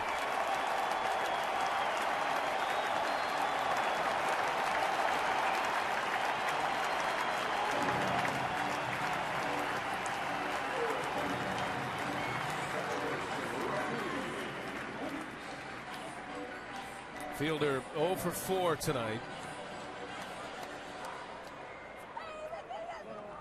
And you wonder what has to be going through his mind. A player that was drafted and developed by the Milwaukee Brewers, came up through their system. And his best friend and his childhood teammate in Ricky Weeks, a guy that has been playing with Prince Fielder since they were teenagers in Orlando. Weeks is signed to a multi-year contract. Well, he's had a tough postseason, but when you look at it, Fielder is not re-signed. Weeks will have the job of protecting Ryan Braun. Yeah, it's going to be interesting to see how this Milwaukee lineup shakes up next year and what kind of moves they will make in the offseason.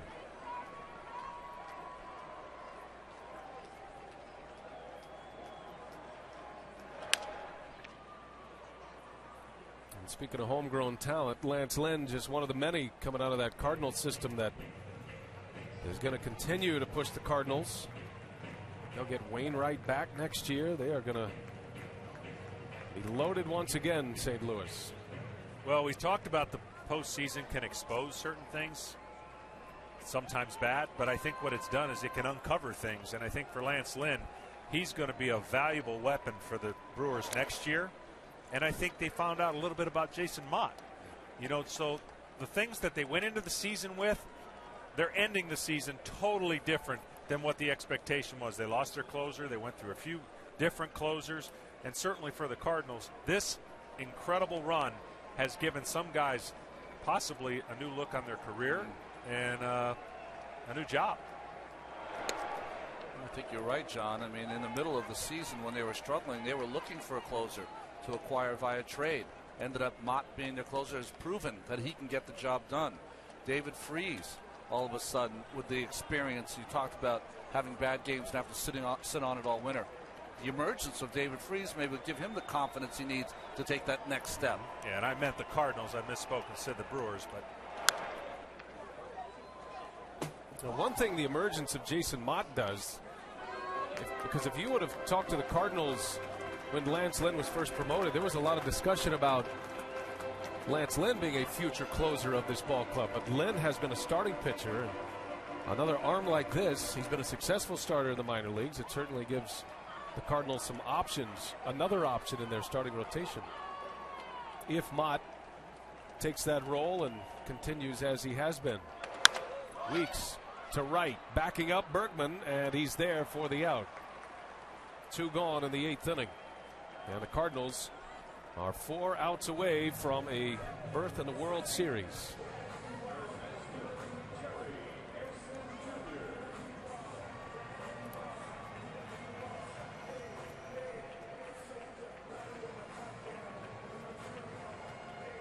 Entering tonight, the St. Louis bullpen, the story. And the 2 teams that have had the most success out of their bullpen possibly matching up in the World Series. The Rangers, the best bullpen ERA, a 1.32 earned run average, while the Cardinals entering play tonight in the LCS, a 1.66 ERA.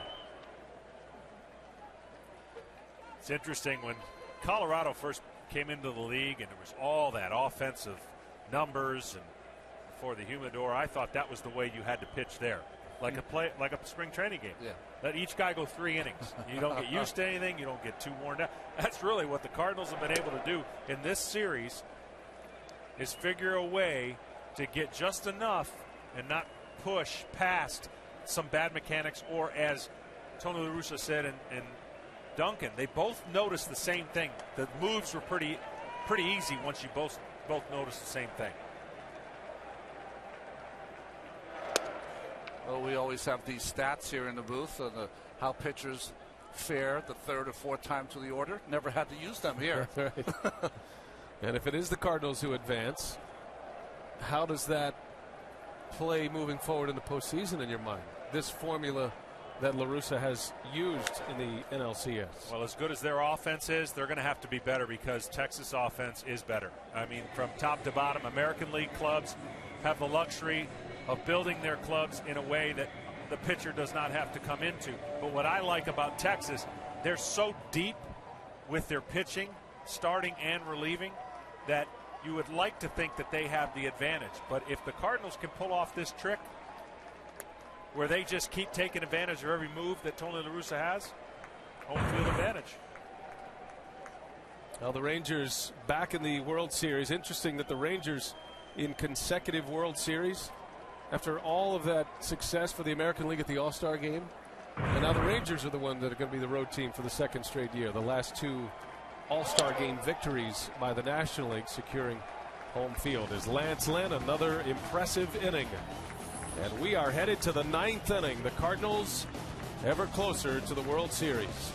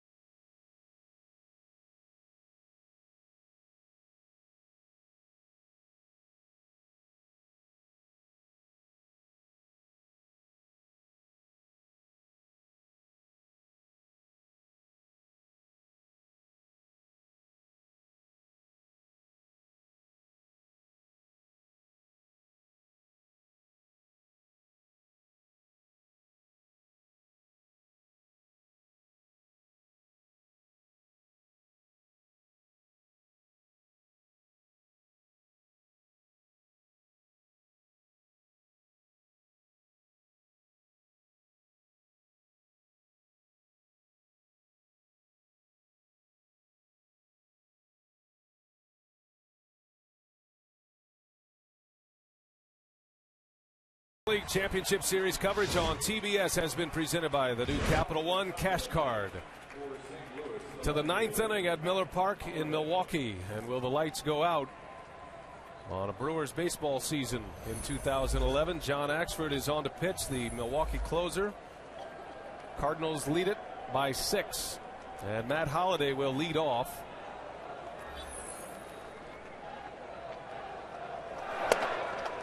We're talking a lot about the Cardinals and their matchup against the Rangers if they go on to win this game. And you wonder about the designated hitter role for St. Louis. Tony La Russa wouldn't budge on that question when asked by a silly reporter earlier today.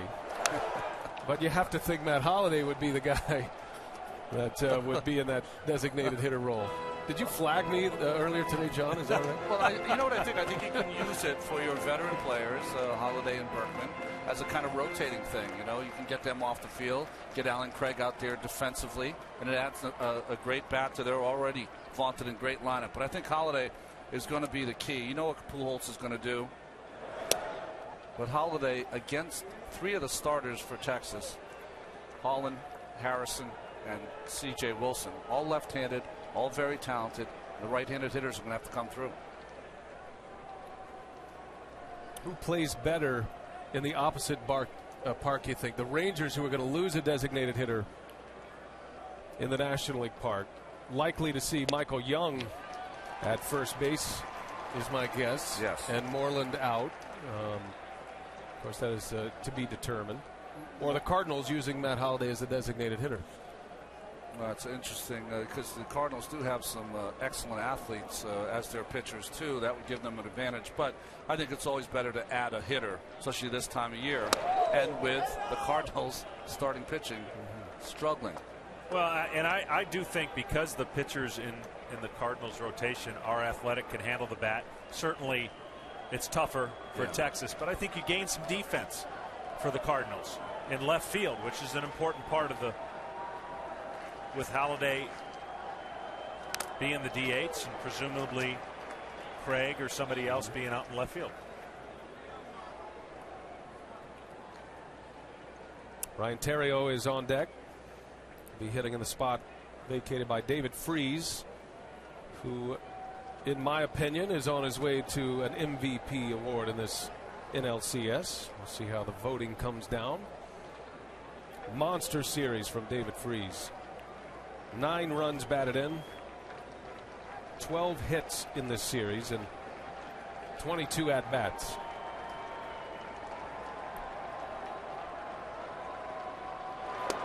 There's a called strike. John Axford punches out Matt Holliday. And 1 away for Axford. Well, TBS tomorrow. Conan's got the Big Bang Theory's Kaylee Cuoco. Don't miss it, Conan. All new tomorrow only on TBS. You know, with David Freese being replaced in a few of these games by Descalso, he could be the offensive MVP of this game and not be on the field for the final out. That's very unusual. And he watches Ryan Theriot hit in his spot. Freese finishes 3 for 4 tonight. He was a triple away from the cycle in this game. And right out of the gates, David Freese, a 3-run home run in the first inning. As the Cardinals drop the haymaker on the Brewers in the first frame. And a star is born in David Freese. Bouncing ball, Betancourt. 2 outs for John Axford. I got to say, for a series that was much anticipated and highly contested, these teams did not like each other. I thought they handled everything in a professional way. They could have got out of hand. There were some lopsided games, lopsided innings. Nobody did anything that would be viewed as a cheap shot. And certainly everything after that first game, which the umpire had no choice. Right. It wasn't trying to be hit Prince, but I thought both teams did a great job, reflection of the managers. It's got to really stick in your craw, though, if you're the Brewers, because, you know, you're seemingly playing catch-up to the Cardinals every single season. You go ahead of them and take the Central Crown this year with a fantastic year, and still it's behind the Cardinals for another season. Again, it is the Cardinals in the eyes of Brewers fans.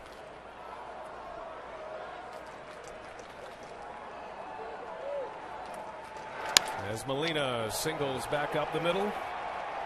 Yadier Molina with 2 more hits. And we check in with Craig Sager. What do you have, Craig? Oh, we're talking a lot about the Texas Rangers. The advanced scouting team is here in full force. There are 6 of them here tonight, 3 of them specifically assigned to St. Louis, 2 to Milwaukee, and then the in-house advanced scout Adam Lukovich is here. He's left to go back to the hotel after this game. They will all meet together.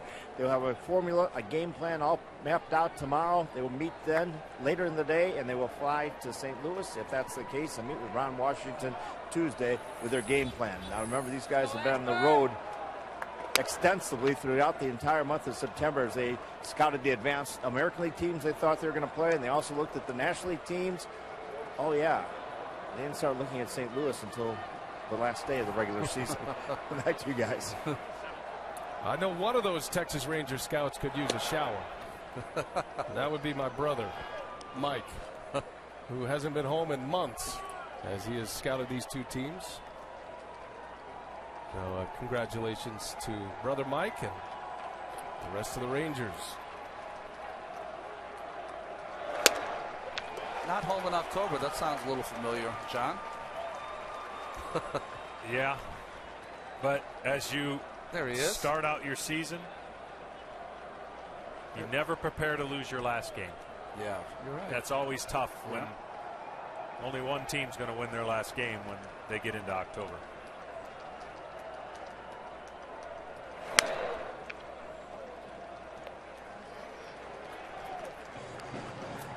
Hey, talking about the Texas Rangers and their pitching staff.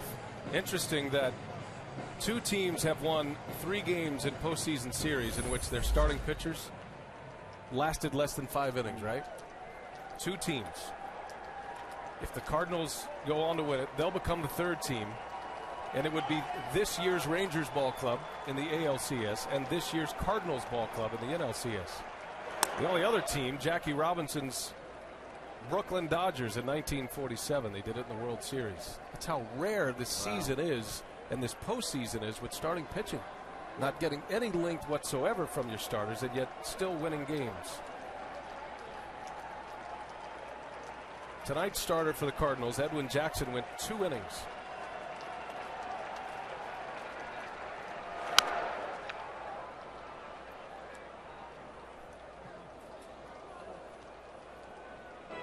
The only starter for St. Louis in this series in 6 games to go 5 was Chris Carpenter.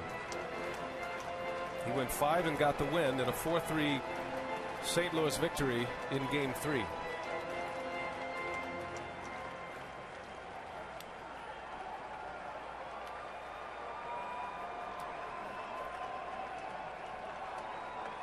Starting pitcher stock goes down, relief pitcher stock goes up. So what you're saying is, in the next series, it could be a lot of 2-1 games. That's probably where we're headed, right? That's right. There's the Cardinal closer, Jason Mott. One thing a Cardinal win tonight does, it allows Carpenter to pitch Game 1 of the World Series, which presents a matchup of aces in Game 1, and C.J. Wilson and Chris Carpenter pitched him into this LCS with a masterpiece against the Phillies in Game 5 as Axford drops a hammer, strikes out Nick Punto. The Cardinals are out in the 9th, and the Cardinals are now 3 outs away from a trip to the World Series.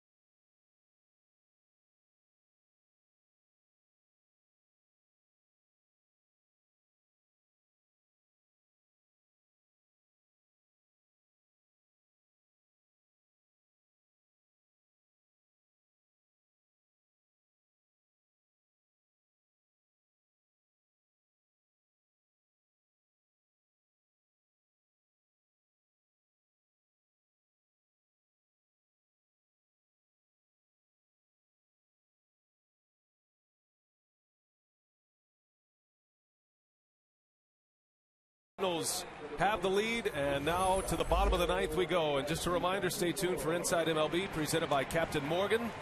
Live from Miller Park, Matt Weiner, Cal Ripken, Dennis Eckersley, and Boomer Wells. They will bring you highlights, post-game analysis, and if the Cardinals finish it out, NLCS celebration images and a trophy presentation. Jason Mott is on the mound to try to send the Cardinals to the World Series. Uni Betancourt will lead off.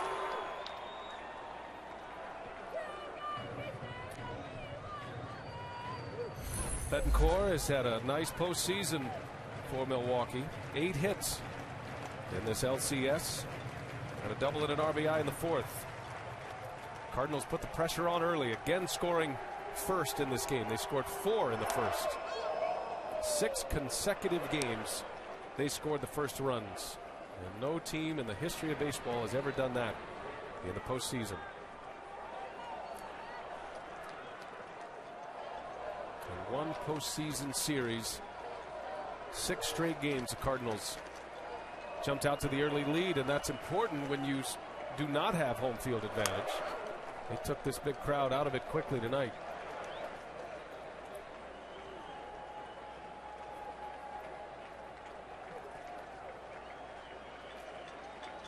Tony does not like when his pitcher or opposing pitcher throws a ball near the head.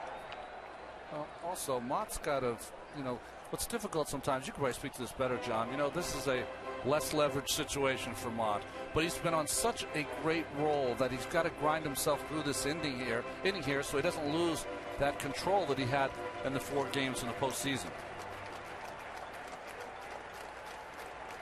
We get sloppy, I guess I'm saying. Yeah.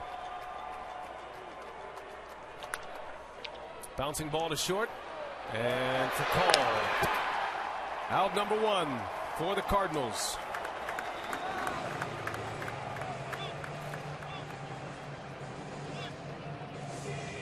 Well, it'd be rare if Mott goes in the next series and doesn't face a 3-4-5 hitter for the Rangers, but that's what's happened in this series. Yeah.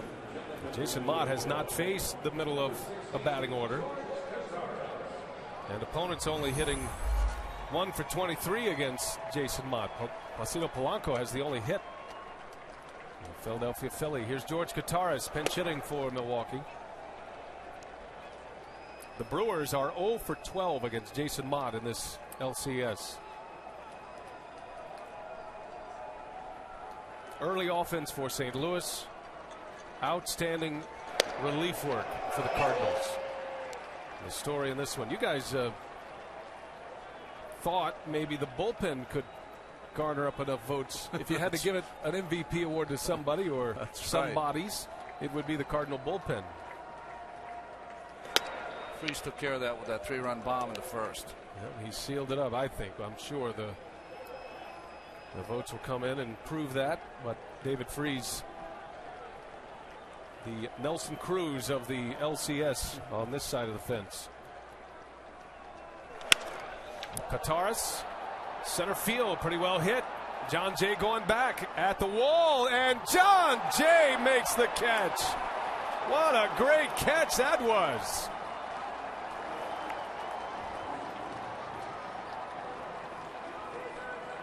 This young man could play a little center field. I'll tell you, his instincts this entire series have been amazing, checking for the wall, timing his leap, and then cradling that ball in his hand to ensure that he makes that great catch. Only if it was the final out of the game would that have been more impressive, but a great catch from Jay. But a little defining moment, the difference between these two ball clubs. 7 errors by the Milwaukee Brewers in the last 2 games, and catches like that by Jay. Here's Mark Kotsay. Brewers down to their last out. It's been a magical ride for the Brewers this year. Franchise record in wins with 96, division champions for the first time in the National League, their first division title in 29 years. They've won more home games in front of their great fans than any other team in baseball, 57. While turning out over 3 million fans for the 3rd time in the last 4 years.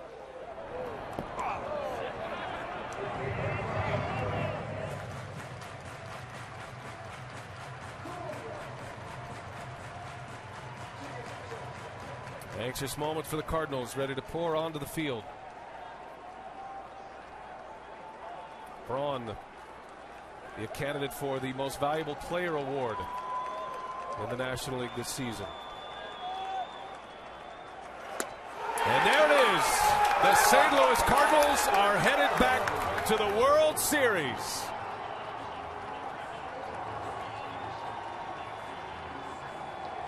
The Cardinals win the National League pennant for the 18th time.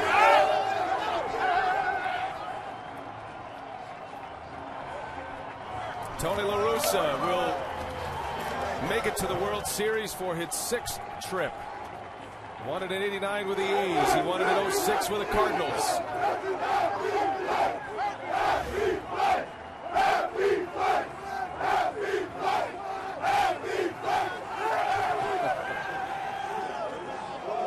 What a comeback season for the St. Louis Cardinals. 10.5 back with a little over a month to play, and now they are headed to the Fall Classic. This is an amazing story, even for a franchise that has experienced so much success in their history. Maybe the happiest flight for this season. This team, 10.5 back at some point, made a run, had a half dozen times in September that you left them for dead, no chance to come back. They kept plugging along, and they get to the playoffs, and they're red hot, and it seemed everything they decided to do, whether it was a bullpen choice or a pinch-hitting choice or a defensive choice, everything came up roses. Well, I shook my head on a Wednesday that ended the season for the first time in a long time. What I couldn't believe that took place on that Wednesday, I really shook my head this series. I can't believe what took place offensively. It's a credit to the hitters. I know the pitchers did not have their way, but what a job for the St. Louis Cardinals and their offense.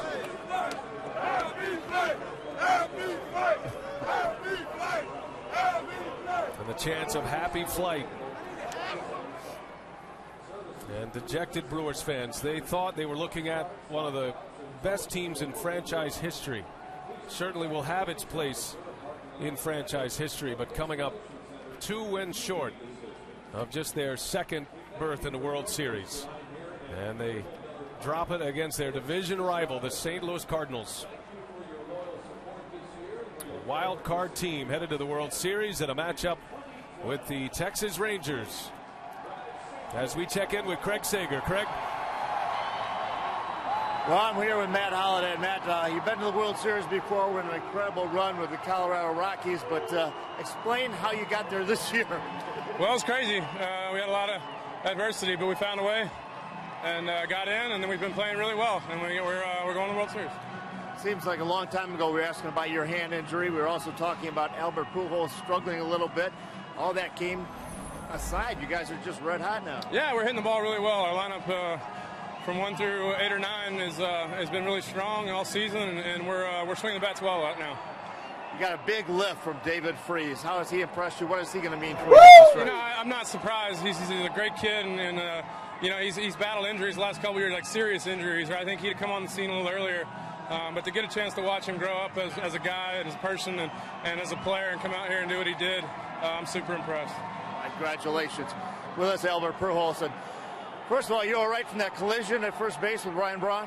Yeah, I'm all right. I mean, I got a spike, and then Zeke kind of stepped up with my right knee. But, you know, it was a do-or-die play. You know, as soon as I saw him diving, I'm like, hey, I need to go too. So, I mean, you could have never know. I mean, if he would have been say, that could have been a lot of turnout point in there. But I'm glad, you know, we got the out. You've been to the World Series before, but 10.5 games out in August. When did you start thinking that this could be a World Series team? You know what? When we got to the postseason, I mean, anything can happen. 18s, and you know, you need it. We tip our cap to the Brewers. I mean, they never give up all series. They play great. They had a great year.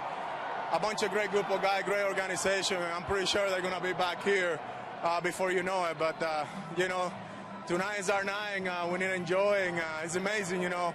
But we got one step to climb, you know, and it's the big one, the World Series, and that Texas team is looking pretty good. But what changed? Why was this team so good in the postseason? We was there. We were healthy. Our bullpen pretty much get us in the postseason. We start swinging when we needed to, and picking each other up. You know, I mean, that's pretty much that's what we're here, picking each other up. Everybody wonders, obviously, is this going to be Albert Pujols' last year in St. Louis? The same with Prince Fielder in Milwaukee.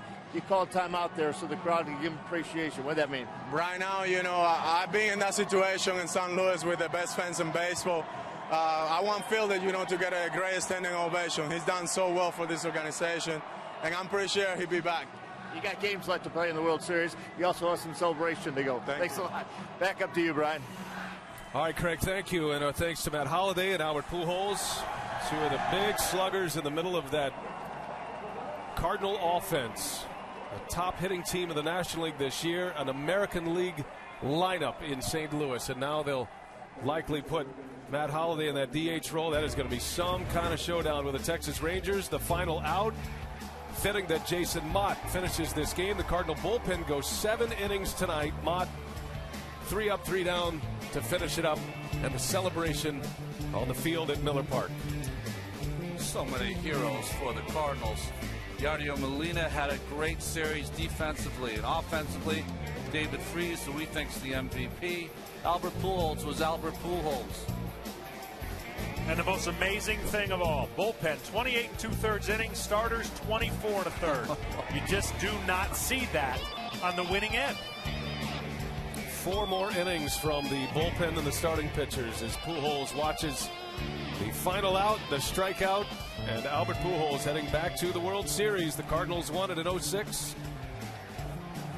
And the chant in St. Louis, number 11 in 11. They're going after their 11th World Series title in 2011. 18 National League pennants. No team has won more pennants in the National League than the St. Louis Cardinals.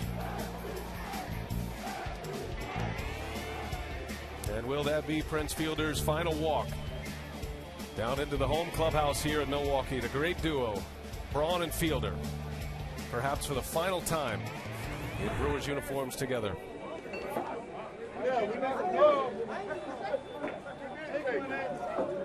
Celebration to follow. We've got a lot more coming up for you. We'll have the trophy presentation. Cardinal fans that have made their way to Miller Park, ready to see more of it.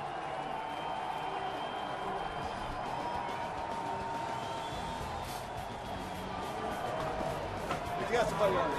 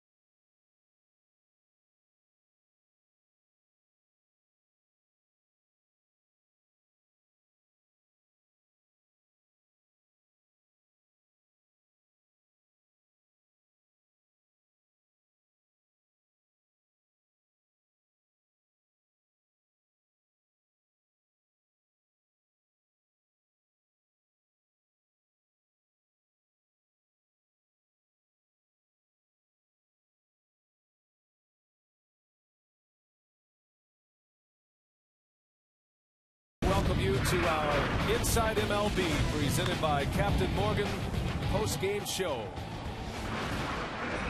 And back at Miller Park in Milwaukee, where they'll close it down for the baseball season in 2011, and the Cardinal fans enjoying every moment of this. St. Louis winning tonight, Game 6, 12-6 the final score. They advance to the World Series to match up against the Texas Rangers, and we send it down inside the Cardinal clubhouse with Matt Weiner. Matt, take it away.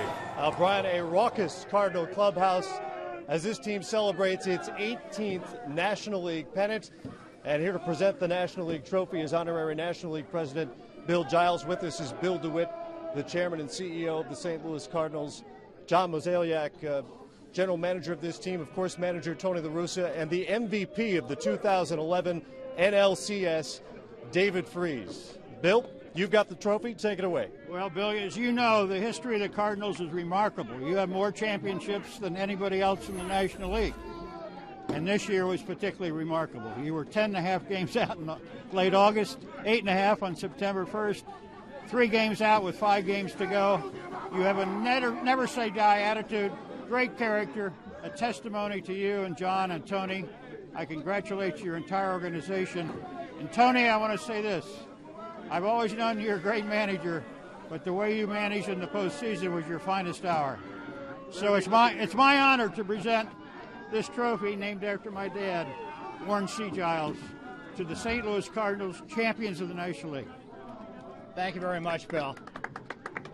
Quite an honor to receive this. Bill, congratulations. From where this team was 6 weeks ago, what does this mean to the city of St. Louis back home? We know our guys never gave up. It's incredible. As Bill said, we were 10.5 out, and starting September 1st, I think we were 8.5 out.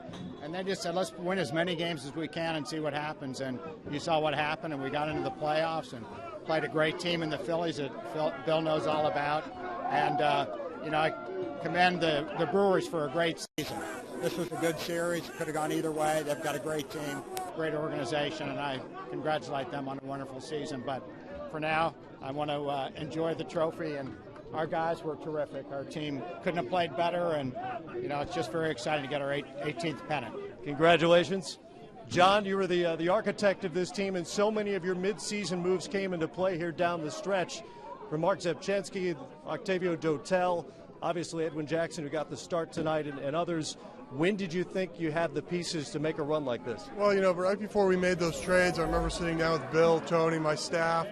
A lot of people put a lot of effort into that, and we always thought we had a chance if we could ever get it going. It took a couple weeks to start looking like it might work, but once it did, we took off, and to be here tonight, beating the Brewers, who are just a fabulous team. They play so well, and it's just a remarkable run, and just proud to be a part of this organization.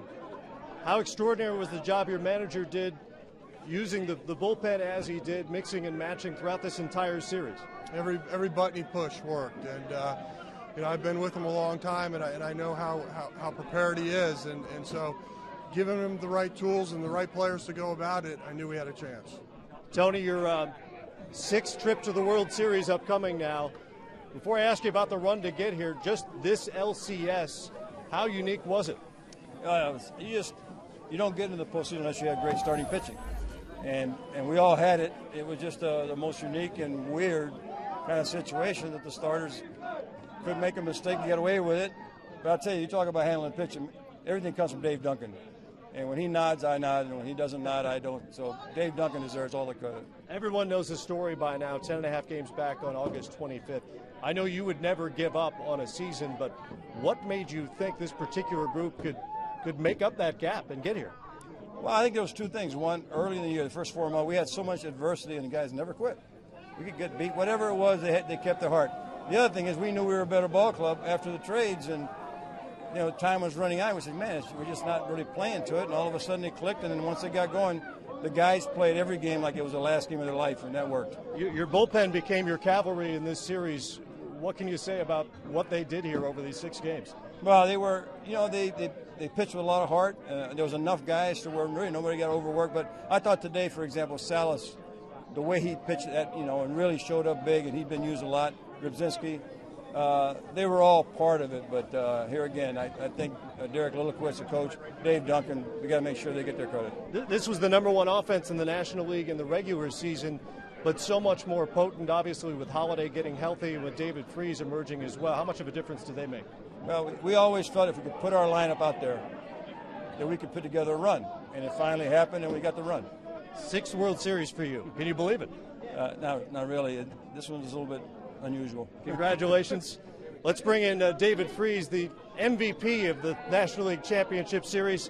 And once again, Bill Giles here to present the MVP trophy. Matt, congratulations. You had 1,000 slugging percentage, .545 batting average, 3 home runs, 9 RBIs. A great job, young man. Now go beat the American League, will you?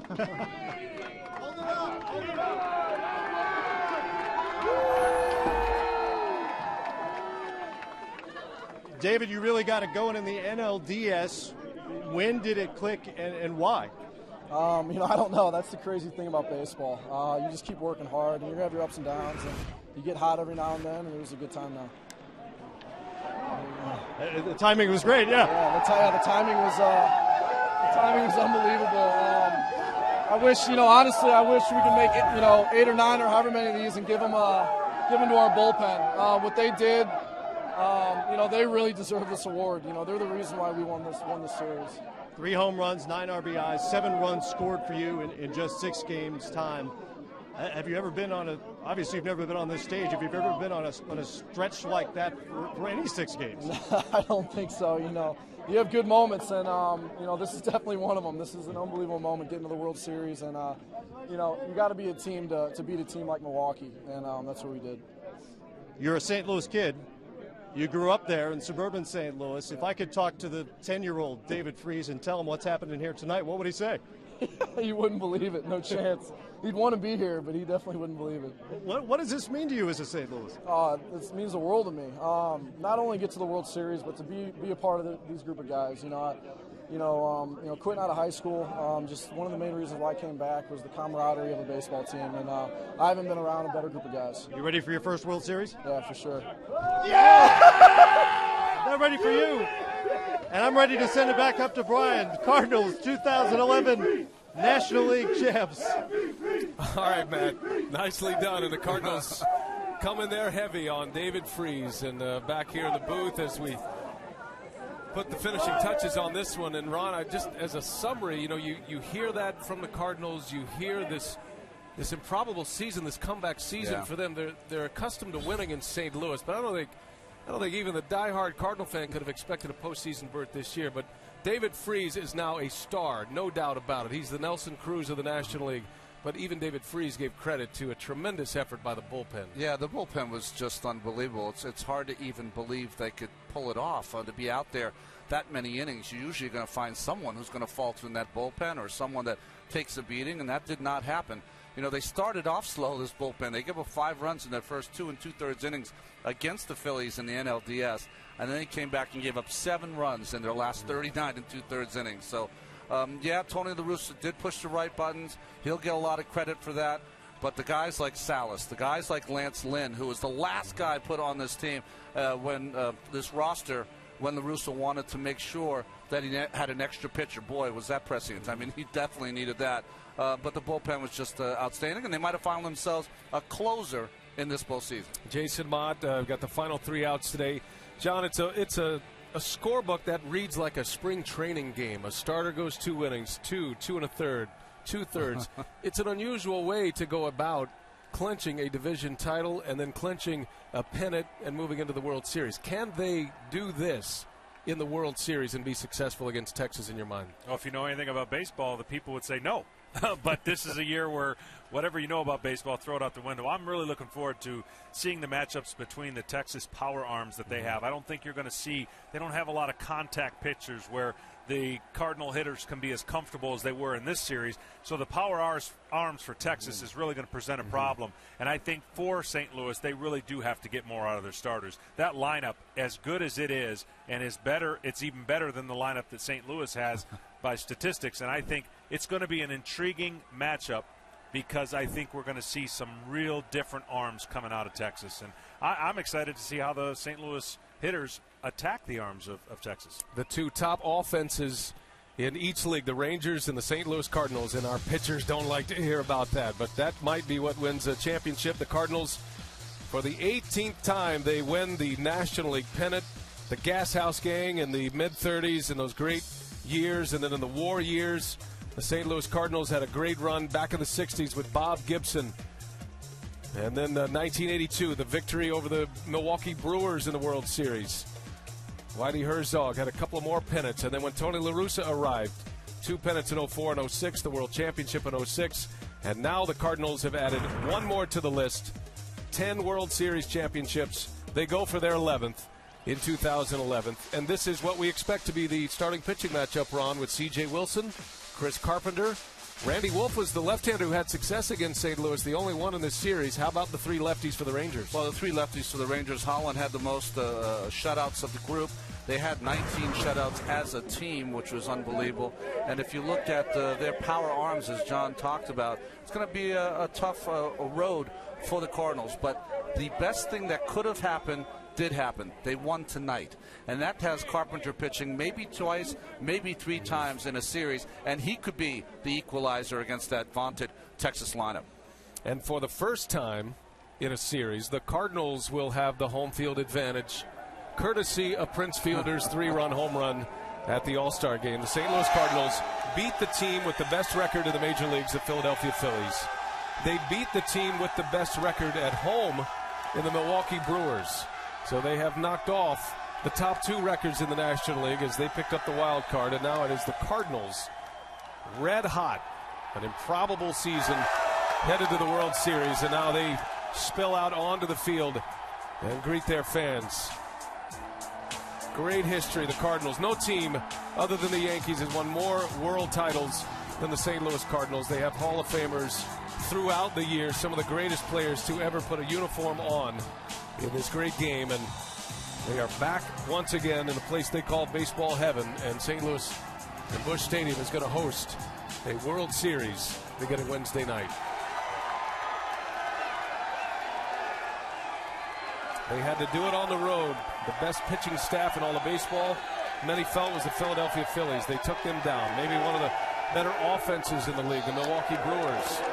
The Cardinals outslugged them. And now they're headed to the World Series to play the Rangers. And true to form, this might be the largest contingent of visiting fans for a team that you'll ever see after winning here in Milwaukee.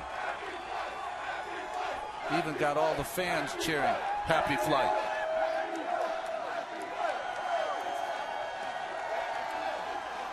That Happy Flight theme for the Cardinals. You can add this to another getaway day since they've won 17 straight wins on a day when they travel. As we check in with Craig Sager down in the locker room. Craig? Well, thank you very much. Chris Carpenter had to pitch one heck of a game against Houston just to get in the playoffs. An unbelievable 1-0 shutout against Philadelphia to get here. And tonight you just watched. What was that like? It was awesome. No question about it. I was prepared to pitch tomorrow, but, the feeling in this clubhouse is winning, and we've been playing hard all year long. Some things there were some ups and downs here and there, but the last two or so months we put it together and started playing hard. And you got to give credit to all these guys that are in this clubhouse from top to bottom, bullpen, starters, bench guys, the coaches, the staff, the ownership.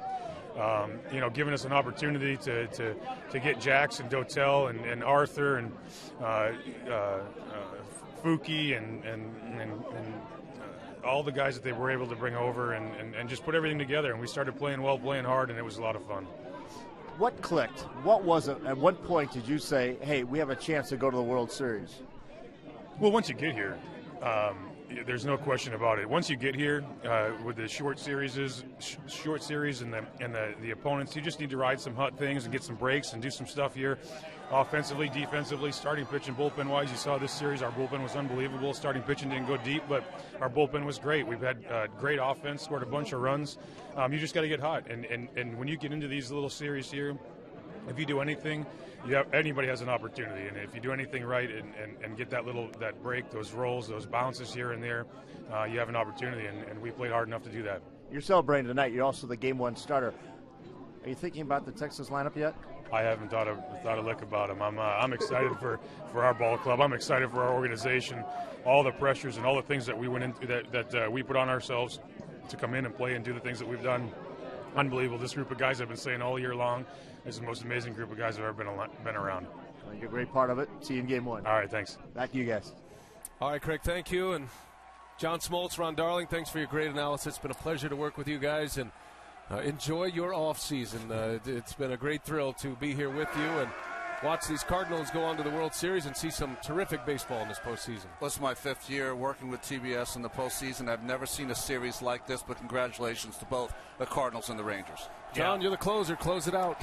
I will never forget this series ever. I'm still shaking my head. His crystal ball was clear for most of the postseason, but this very unusual. Got a lot more for you. We roll on here from Milwaukee as the St. Louis Cardinals celebrate. Inside MLB, presented by Captain Morgan, continues after a break. And we'll hear from the other side and more interviews, more analysis, more highlights as the Cardinals are headed to the World Series.